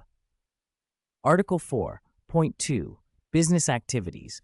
Players must cooperate with commercial activities arranged by Party A at least 6 times per year. During the contract period, personal business collaborations require Party A's approval.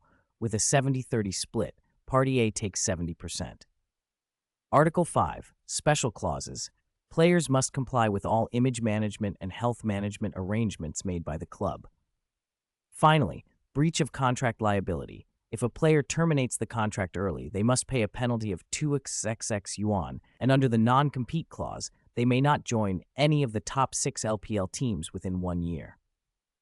Pang Ran and the others listened, and reassured by their boss's emphasis on long-term reputation and the benefits of regular contract renewals, showed little resistance. Song Yuan was fastest with his pen. He signed with a flourish, then used the ink pad. Lin Jingyi handed him to add his thumbprint. The others followed, but because some were underage, guardian signatures would be required before the contracts took effect. Clap, clap, clap. With the formalities mostly done, Jiang Ming lightly clapped his hands in celebration. NXG had officially signed its first roster for the LPL. And now this.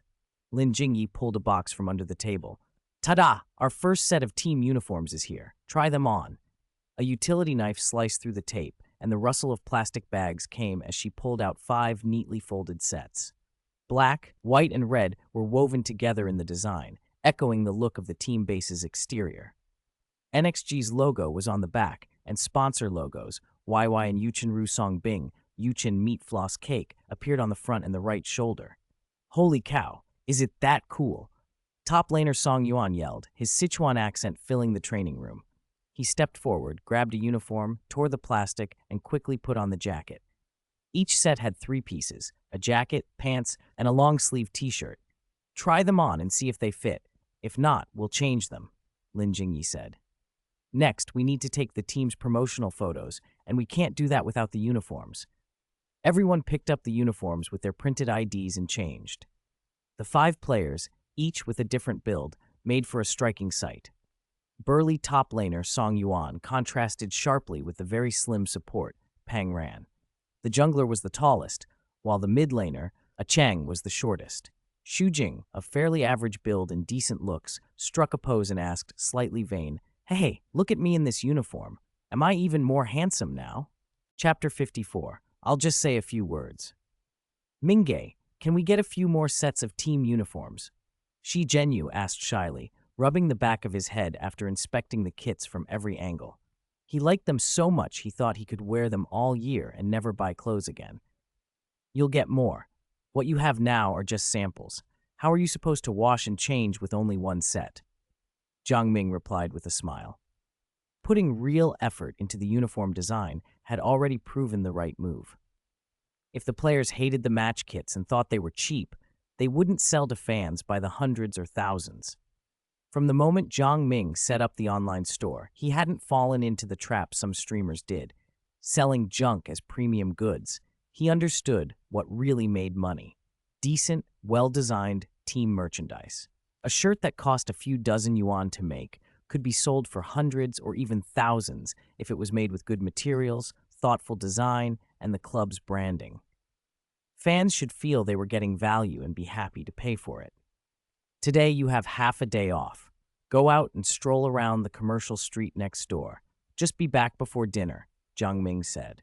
And if you want to eat out, I don't mind. All right, a chorus of agreement. We'll be back before dinner, I promise. Pang Ran laughed. Not going to eat mutton hot pot and then traipse off for street food? That's ridiculous. Oh, and go to bed early tonight. Before you sleep, each of you go to Lin Jingyi and pick up a bottle of facial cleanser. Tomorrow, I want you cleaned up from head to toe, inside and out. Jiang Ming said it all at once. He liked to get important instructions out of the way early. If he saved it until dinner, it would mess with everyone's appetites. That evening in the NXG team cafeteria, the cook set up 2 induction burners, one pot of clear broth, one of spicy. Those who can handle spice sit at the spicy table. Those who can't, go over there, Lin Jingyi called out. Jiang Ming, who liked to think himself a good spice eater, had to bow to the team's resident Sichuan Chongqing tyrant when it came to heat tolerance. Beside the hot pots, a large cup of cola and Sprite sat in front of everyone. Let's have a toast to NXG's promotion to the LPL, someone announced. Cheers, came the shout. Ahem, I'll just say a few words, all right? Jiang Ming's throat felt strangely tight, and without thinking, he straightened and took on a leadership posture he used to mock, the classic just a few words stand-up. First, don't be complacent. Getting into the LPL is only the beginning for you and for NXG.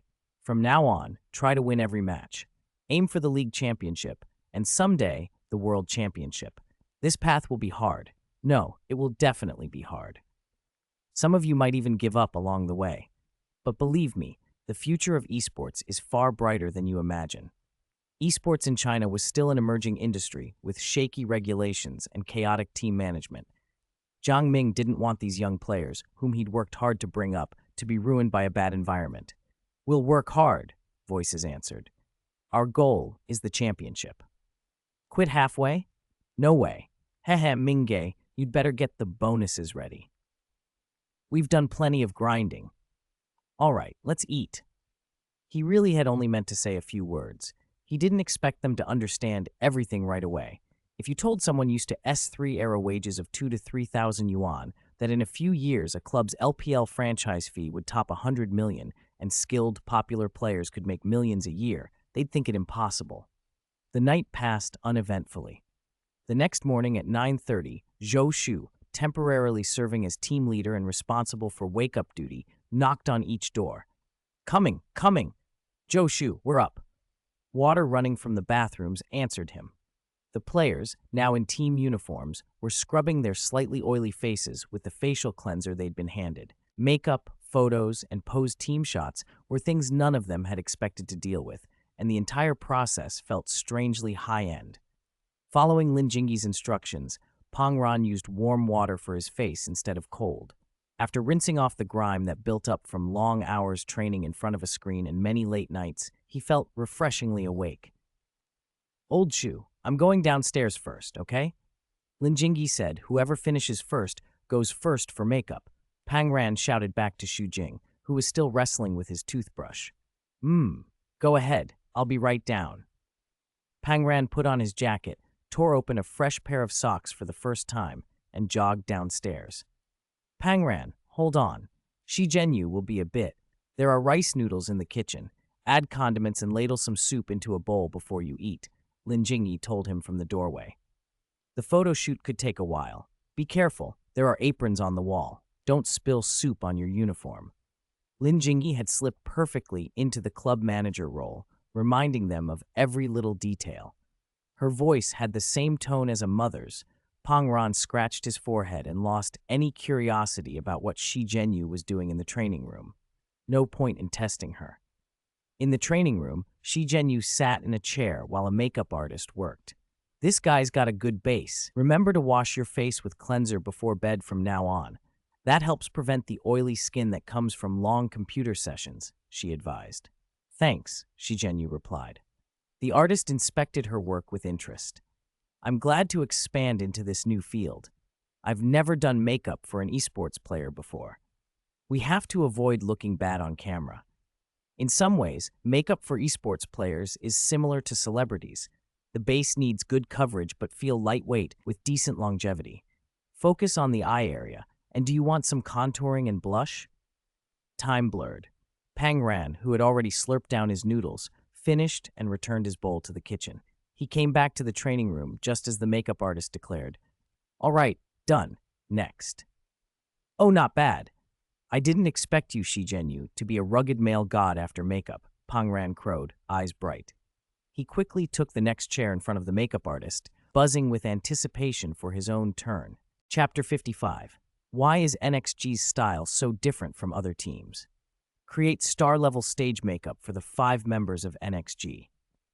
That was Jiang Ming's explicit instruction to the makeup artist from the very beginning.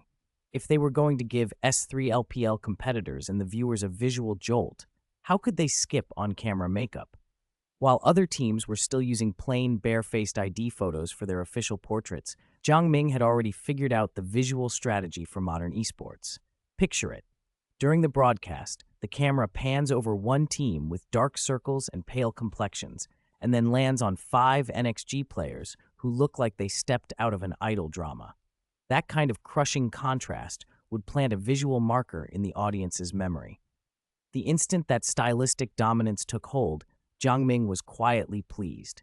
Since the players would be on camera for large stretches during matches, he took the chance to run a test shoot in the studio to see how they'd look under professional lights. "They do look a lot more energetic," Lin Jingyi said, standing next to Jiang Ming and watching the 5 young men under the warm spotlights. But let's wait and see the photos. After the 12th flash from the studio's ring lights, Xu Jing finally collapsed into a folding chair. "This is worse than 3 hours of last hitting. My pupils feel like they're going to unfocus." "Add one more," Shi Zhenyu rubbed his stiff shoulders and neck. "I don't remember holding a face this much even during military training. I think I took more photos today than the last 12 years of my life combined," another player complained. "Be confident," someone joked. "More photos, not fewer." "Stop, raise the back right reflector another 15 degrees. Renowned photographer Old Chen poked his head out from behind the monitor and signaled to the set assistant, then came over to the group. "Just a little longer, everyone. After the group shot, we'll do one more set of individual photos for each of you, and then we're done." "No, after the group photo, there's still individual photos?" "Ah, Mingge, please," a player groaned. "We still have training later." "I think we can actually increase our training load," another piped up. "I want to train, not take photos. I want to go back to the base." On Weibo, NXG Electronic Sports Club's official account, thanks to Jiang Ming's relentless efforts to drive traffic, already had tens of thousands of followers, despite the team being new and not yet playing an official league match. Just as the team certification had gone through, an update appeared on the NXG account. NXG Electronic Sports Club League of Legends Division starting roster confirmed. Dear summoners and friends who follow NXG, hello everyone. After intense training and preparation, we are honored to announce the starting roster for NXG's League of Legends division in the upcoming LPL season. Top laner, Norsha, Stone. Mid laner, Yihan. Substitute, JM. AD carry, Support, Door. Head coach, JM. Team leader, Linjing. Attached are the team's official portraits. The discussion about NXG's fiercely regimented daily routine had barely died down online, so when the roster and official portraits went up, comment threads exploded. The first thing most people noticed was how polished the portraits were. Under soft professional lighting, the NXG players' sharp gazes cut through the screen, their tailored uniforms showed off their tall silhouettes, and even their hands seemed to shimmer with the glow of competitive intensity. "Holy cow, NXG's uniform is sick. JM, explain. Why doesn't your store sell this style? You're saving the good stuff for yourselves, right?" "No way. Coach, are you telling me those are Esports players? Woo-woo. Compared to them, I feel like an internet-addicted kid. Why does NXG look completely different from other teams? Honestly, I'd believe them if they announced a pop debut. Is NXG a mix of tall, short, fat, and handsome? The photographer must have had a hard time. So the top laner who plays that undying big dog head actually looks like this. He really goes for tanky, dog head. Why does the jungler look so goofy? JM, your jungler looks kinda airheaded. The support looks so young, probably like 15 or 16. The AD's expression is so dramatic. To be honest, the NXG players all look full of energy. It had to be admitted, the painful photo shoot worked. The 5 players, who had kept their faces low profile until now, left a memorable first impression thanks to the team's announcement and the vivid, made-up official portraits. If they performed well once the LPL started, that early visual promotion would pay off in new fans. Some competitors and team managers also noticed the oddity in the roster post. Putting the top mid substitute aside, the fact that JM was listed as head coach and data analyst, on top of being a player and team owner, made people laugh. JM was everywhere. Still, the terse post revealed something important. This NXG setup, with a head coach, a tactical analyst, and a team leader, showed they were taking things seriously. Coupled with the leaked training schedules, several LPL teams had already started treating NXG as an opponent not to be underestimated. Let's schedule more scrims with them before the season starts.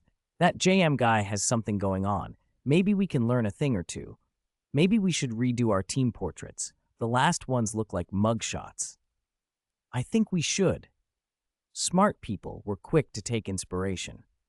After being briefly stunned by NXG's forward-looking aesthetic, many team managers' minds started turning. They considered copying Jiang Ming's playbook, post rosters with professional portraits on the eve of the LPL opener, grab attention early, shape the narrative. Thanks for the suggestions in the comments. Old Ching is listening carefully. After all, this is an esports novel. How could it be without matches?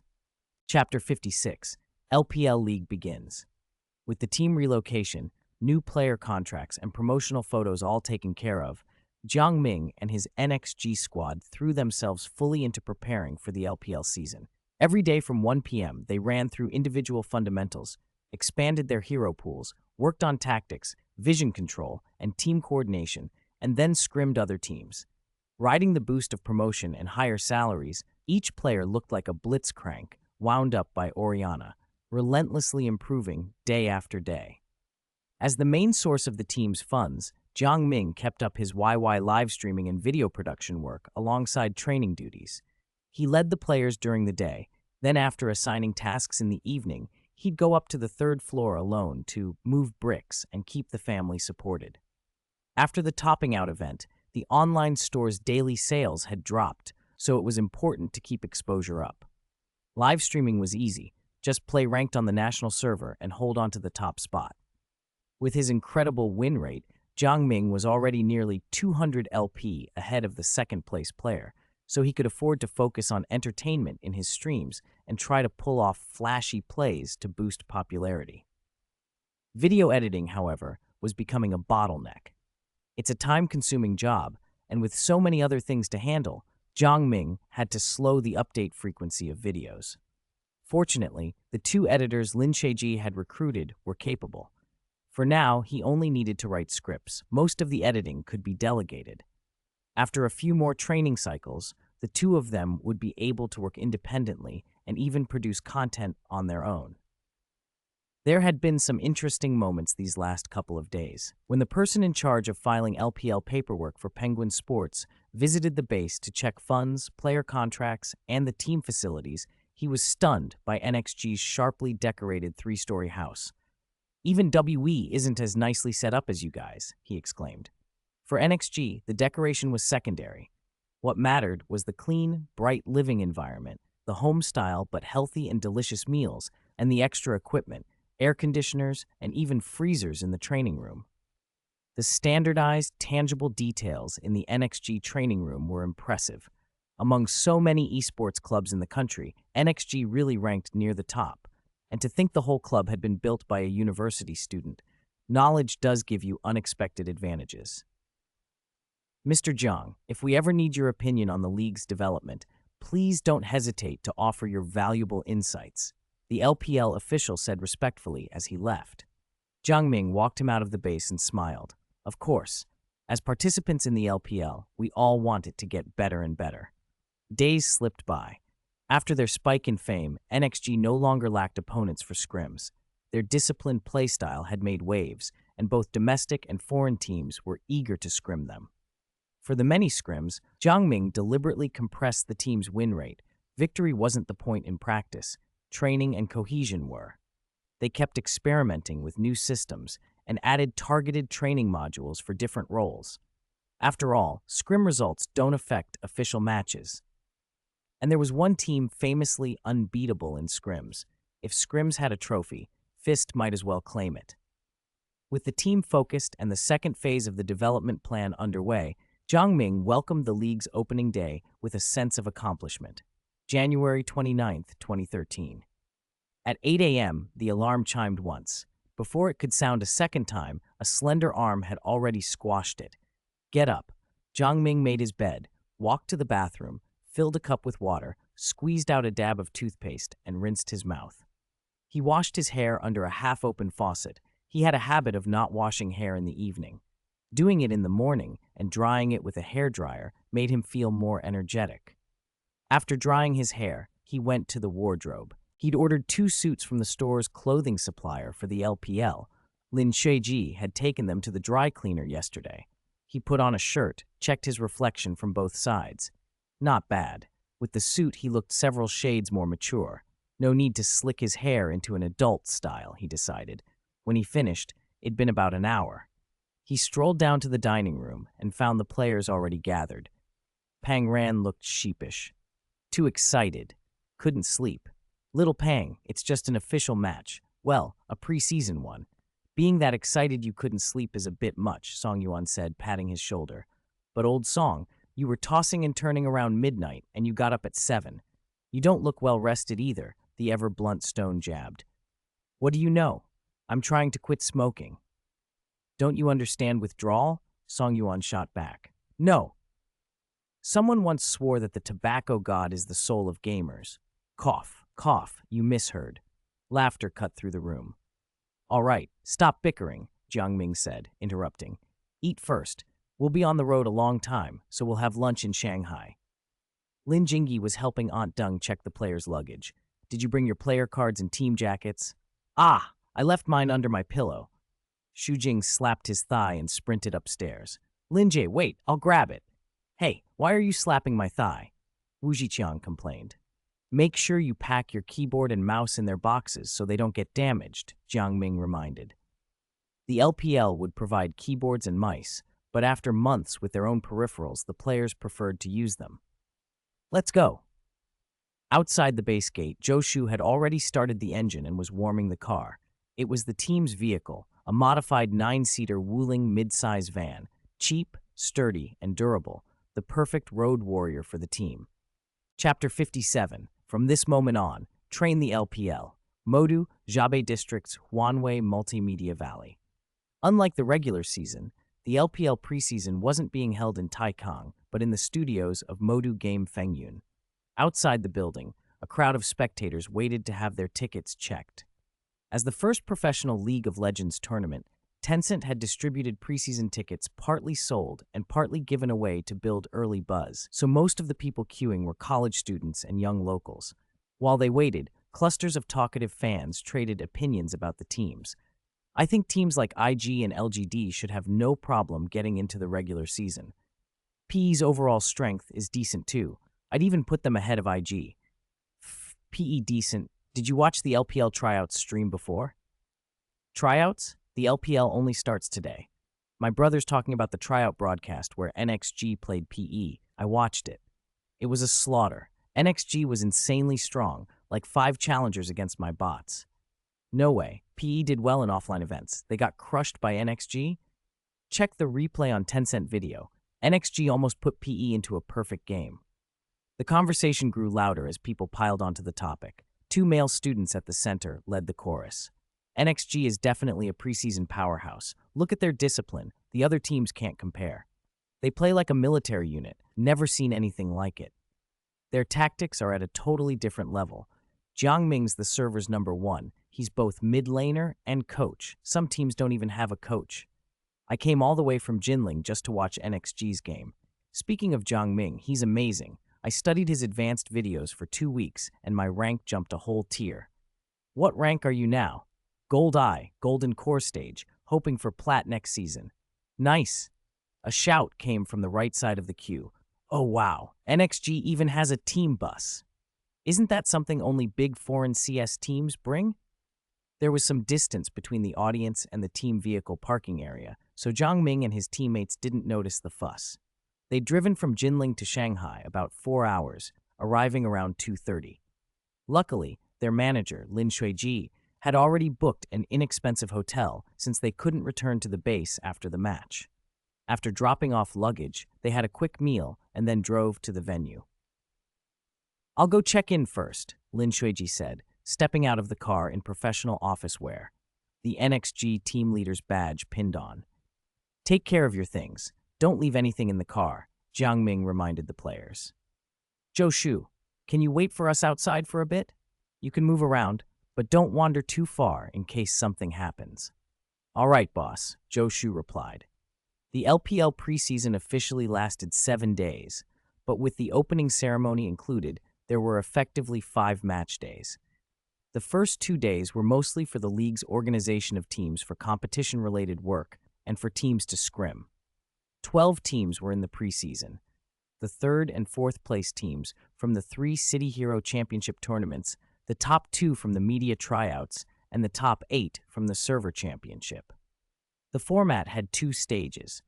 The first round used a double elimination bracket, 12 teams divided into 3 groups of 4.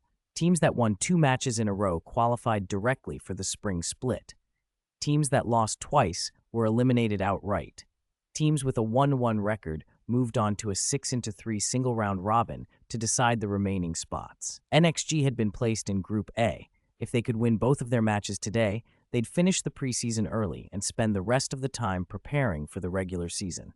Group A wasn't especially brutal. Besides veteran LPL team LGD, the other 2 opponents were Duo Club and BLQG, a casual internet cafe team. Their first opponent was BLQG, Baoliche Gao. Inside the Esports demonstration hall, heavy metal music, very much a 2013 vibe, blared through the speakers. The central screen showed promotional photos, NXG team versus QG. The audience couldn't help twitching when they saw the 2 lineups side by side. The contrast was stark. BLQG's team photo showed 5 players striking Chunabu poses and wearing cheap printed t-shirts bought off Taobao.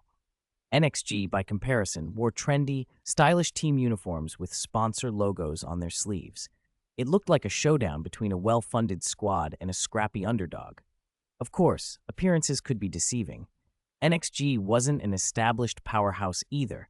They were a newly formed team with no honors yet, but the contrast made the crowd murmur about the possibility of a classic underdog story. Welcome, everyone, to the live broadcast of the 2013 League of Legends Professional League preseason. The male commentator announced from the desk, his regional accent lending a folksy feel as he warmed up the broadcast and the history of the LPL. All right, let's look at the player information for today's Group A match. Blue side, NXG team, top laner Norsha, jungler Stone, mid laner Yihan, AD support Door. Red side, BLQ team, top laner Blade Crusher, jungler Rampage Board, mid laner Sugar Tyrant, AD Nova Slash, support Layered Guardian. Oh, almost forgot. NXG also has a head coach, Jiang Ming. The player introductions were a little clumsy, with long pauses and stilted phrasing that later-era viewers would find shocking, but in the S3 preseason, this kind of roughness was normal. Today's commentary pair was the duo of Wawa and the not-quite-professional Jinx Joker. We're seeing some stats for BLQG's 5 players now. In the tryouts, they did well. 4 wins, 2 losses, the cast continued. Up next, BLQG top laner Blade Crusher, rank Diamond on 55 LP. Commentary in the S3 era could often be awkward. I'll try to keep those moments to a minimum. Chapter 58. Is it reasonable for a head coach's rank to be higher than his players? Jungler Rampage Board. Diamond 2, 72 LP. Mid laner. At that moment, BLQG was exactly the situation Jiang Ming had feared. Among the 5 players, only the AD carry, the highest ranked of the group, was Challenger. The other 4 were all diamonds. Facing the LPL broadcast cameras with no standout individual image, no notable achievements, and 4 diamond-tier introductions, the team was easy prey for viewers' scorn. Of course, Diamond in Season 3 wasn't weak. There were only 50 Challenger slots on the national server, and many high-ranked players weren't even professionals. The audience, though, is visual. They don't care that rank is only a rough reference or that Diamond I players can climb to Challenger quickly. All they saw was a team without 5 challengers. Then Joker flipped to NXG's roster and his pupils narrowed with a hint of surprise. Now for NXG's player introductions.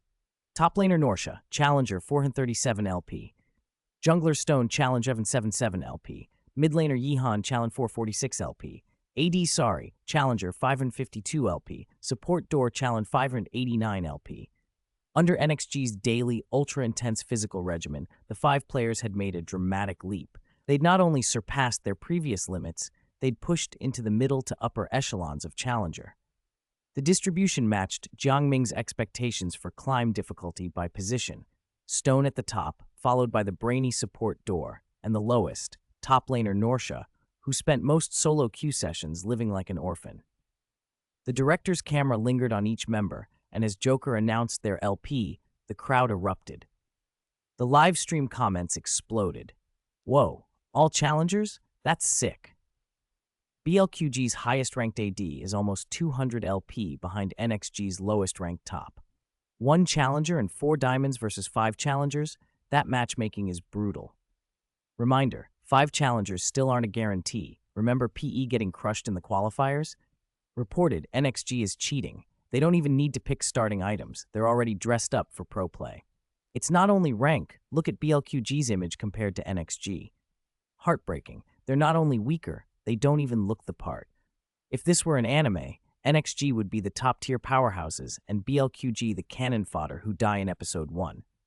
On one side were rumpled strays in cheap t-shirts and unwashed-looking hair. On the other, neat, well-presented professionals, camera-ready. While the chat dissected the contrast, Wawa on the desk finally added the last introduction after a 10-second pause, as if savoring it. All 5 of NXG's players are challengers. I almost thought the director printed the wrong sheet when I first saw this, Wawa said. But they're more than the players. The camera's showing NXG's head coach, JM. His current rank, Challenger, 899 LP. He's number 1 on the national server. The chat went berserk. Suit? No way. Where did that come from? Suit, tactical board. Is this an esports match? JM showing off to the audience, nice. Is it even reasonable for a pro team's head coach to be stronger than his players? Why not? If the players can't win, the coach can just take off his jacket and step onto the stage. Don't joke, JM stepping on stage would be the ultimate flex for NXG. NXG, we won't lower ourselves. We don't even need to step out. JM is killing it. Suit, tactical board, coach demeanor down pat. I've only seen this in soccer or basketball. Where are the people who doubted JM earlier? Speak up. We fans got roasted. We said he was just a ranked star who'd fail pro. Turns out JM runs a professional team more professionally than anyone in the domestic scene. From what we can see, nobody in the LOL world knows professionalism better than JM. What the hell? Is NXG's training schedule even humanly possible? Backstage, beyond the arena and the stream, LPL officials watched the preseason premiere closely. Seeing the packed venue, stream numbers exceeding targets, and cascades of comments, they finally breathed easy. Tencent had poured enormous promotional resources into building this league, from the City Challenger series to warm-up events, and a flop would have been hard to explain. Fortunately, the opening surpassed expectations. Putting NXG in the opening match for Group A was the right call, a middle-aged official said with visible relief. JM's ideas keep paying off. Yes, from team uniforms to the professional coach in suits and tactical boards to player image management, it's like they imported traditional professional sports into esports. And that training schedule, less than 8 hours of rest a day, JM actually implemented it, another added. I think this is a great direction, said the official who'd visited the NXG base. If we're launching a professional league, it needs standardization and professionalization. JM and NXG beat us to the punch. I visited their base, he continued. Even established clubs like WE and IG aren't on this level in some respects. New week. Please give monthly votes, brothers. The listing time is probably on the 1st, so don't forget to keep reading these days. The better our pre-listing reading performance, the more resources we'll get. Chapter 59. Pele, backstabbed for being stingy. What's most commendable is that JM has found a way to monetize game viewership. It's a great model for the rest of the industry, a woman in gold-rimmed glasses said, pointing to the sponsor patches on the right shoulder of the NXG players in the livestream. Running an esports team isn't easy. Without steady funding, teams collapse and disband. In the S3 era, many LPL teams only lasted a season or two before vanishing. People in the room nodded. If a club could secure sponsorships, there was no reason the league organizer wouldn't benefit too. So what do you all think about NXG? The person in charge, Old Who, turned to the group, clearly bullish on the team. Come on, Old Who, spit it out. Why the suspense? The meticulous executive had already picked up on his meaning. You're suggesting we make them the focus of our first round of LPL team promotion? Yes, I want NXG. Old Who looked at the live screen. Don't you think they're the most suitable subject? The team owner understands games. He's a gaming expert and a top graduate from Jinling University. He has unique ideas about running a club. In just a few months, he's assembled a professional, well-managed roster. NXG also projects a very positive image. They'd be perfect as our first recommendation for the professional league. Their backing from Jinling University will make social media outreach easier, the promotions manager agreed. How much exposure are we talking about? How does a client homepage feature for the team sound? The preseason match results will be posted there anyway. Isn't that too soon? What about WE? Their matches haven't started. And Pele, how should I put this? He's a bit stingy. A former world champion team doesn't have the same momentum as a rising squad. Besides, NXG looked top tier in the qualifiers. Leave other things aside. In terms of infrastructure, NXG even has a team bus. We's players still have to take the subway to matches. No one would have expected that. Because of his frugality, Boss Pi would be brutally backstabbed by the LPL organizers in the new season. Player seats, BLQG side. The gap in strength was obvious. The grand speeches and nervous whispers died away and gave way to a stunned silence. Ahem, brothers. The match hasn't even started. Don't psych yourselves out. Let's go. As captain, Nova Slash, the highest-ranked player on the team, tried to rally everyone. Even an underdog can slap giants in their faces. That's how it goes in web novels, right? Another player offered half-jokingly. The thing about those novels is there's always a hidden ace pretending to be weak. We don't seem to have that, someone else said. Still, morale, all right? Even if we lose fighting. Got it? Head on. I've been cooking up a super lineup these last few days. Play it right, and we have a shot at beating NXG. They've been so popular online recently. A win here, and we might blow up overnight. Don't tell me you've been watching JM's S3 analysis tutorials, someone teased. After tuning their equipment, a referee pulled both teams into the match room. The LPL preseason's match procedures were more formalized than the qualifiers had been. NXG ready, BLQG ready. The head ref launched the game, 2013 LPL preseason, group double elimination, match 1. Blue side, NXG, purple side, BLQG. First ban the enemy AD's Ezreal. Jiang Ming's tactical board wasn't for show. An A4 sheet clipped to it was filled with opponent data. BLQG's top threat was their AD carry. Any player who reached Challenger by maining AD in this era was a mechanical prodigy. Ezreal's survivability and the player's proficiency made him the obvious first ban. Song Yuan, NXG's first pick, nodded, clicked Ezreal, and sent him to the ban list. Ah, my Ezreal! A howl rose from the purple side. As Nova Slash's signature champion, a ban would usually be ego-boosting, opponents fearing his carry. But facing a superior foe, the ban felt like total denial. BLQG had to respond. Their first ban was Thresh, the support. Since Thresh's introduction, with initiation, crowd control, and rescue mechanics, he had become the go-to support in every tier, flashy and mechanically demanding. Nova Slash, who had studied NXG, knew their enemy's support couldn't be allowed to play that champion. The first 3 bans passed quickly. By the end of the screen delay, Gragas had been locked in as the red team's final ban.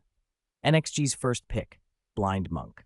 In the current meta, Blind Monk was the premier jungle pick. Before the jungle was swarmed by monstrous champions like Kha'Zix and Nidalee, Lee Sin had first pick value everywhere.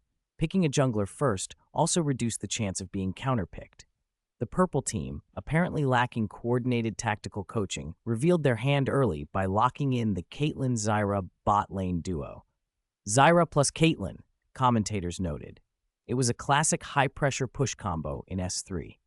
With Thresh gone, Zyra could still offer solid zone control and counter-engage. From the picks, BLQG showed flashes of team-like thinking. Across the room, Jiang Ming, despite being the opponent, still had time to analyze their composition.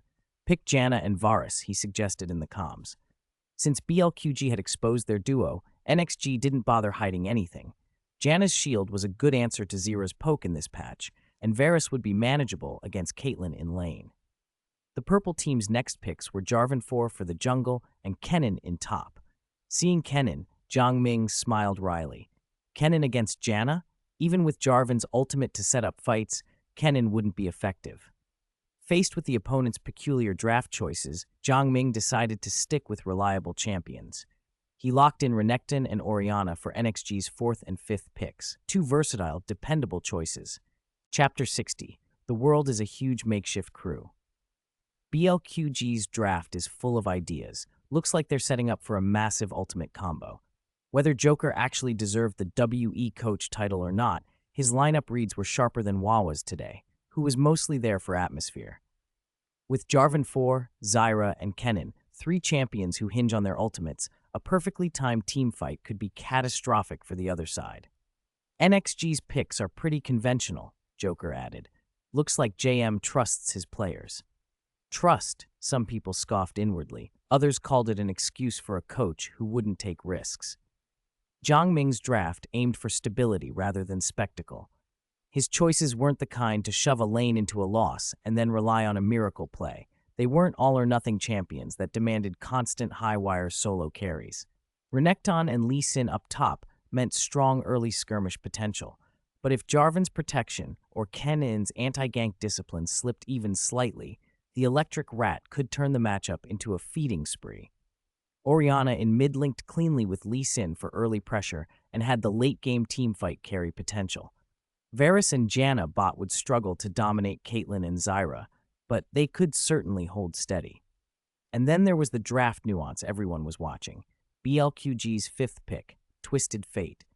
The TF pick telegraphed a clear plan. Hit level 6, fly to bot to help Caitlyn shove down a turret, then link with Kennen for split push pressure. The shadow of WE's World Championship still hung over the scene. For a while, it had even become a shorthand that a mid lane worth his salt might have a Twisted Fate in his pocket. Yet TF's roam to bot only really pays off if he and Caitlyn Zyra can instantly kill Varus despite Janna's peel. If Orianna shows up, or if Lee Sin lands a game-changing counter gank, that Twisted Fate gank can become a disaster for BLQG instead. With BLQG locking in TF as their last pick, both team compositions were set. Blue Team NXG, top Renekton, jungle Lee Sin, mid Orianna, bot Varus plus Janna. Purple Team BLQG, top Kennen, jungle Jarvan 4, mid Twisted Fate, bot Caitlyn plus Zyra. Play well. The first match is your best chance to make a name for yourselves, Zhang Ming said after the draft, offering nothing more than routine encouragement.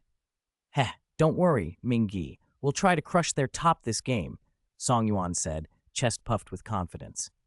The rest of the squad nodded. After the grueling practice they'd been through, losing to a mid to lower tier team like BLQG would have been unacceptable. Woohoo, JM! Go NXG! Looking sharp! We're rooting for you.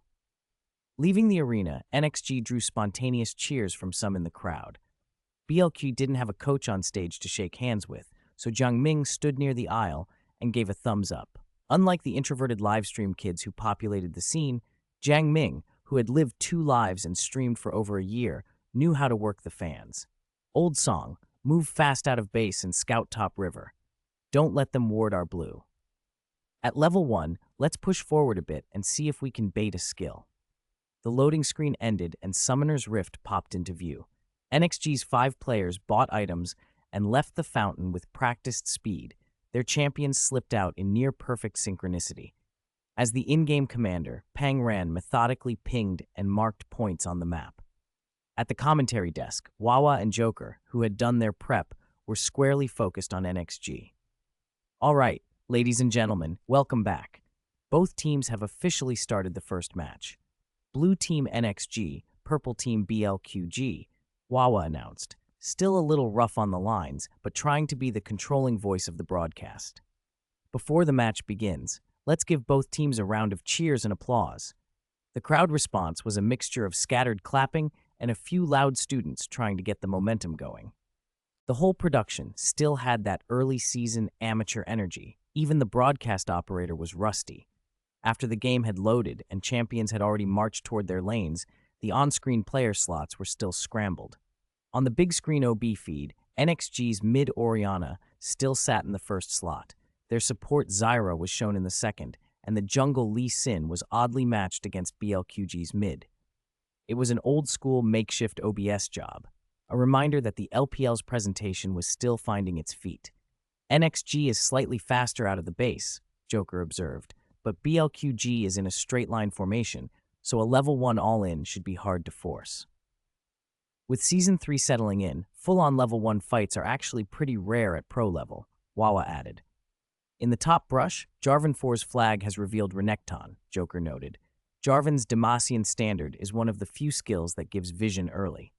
On the right, BLQ's Kennen started Doran's Blade, while Renekton took a big health potion and a control ward, Wawa read from the item choices.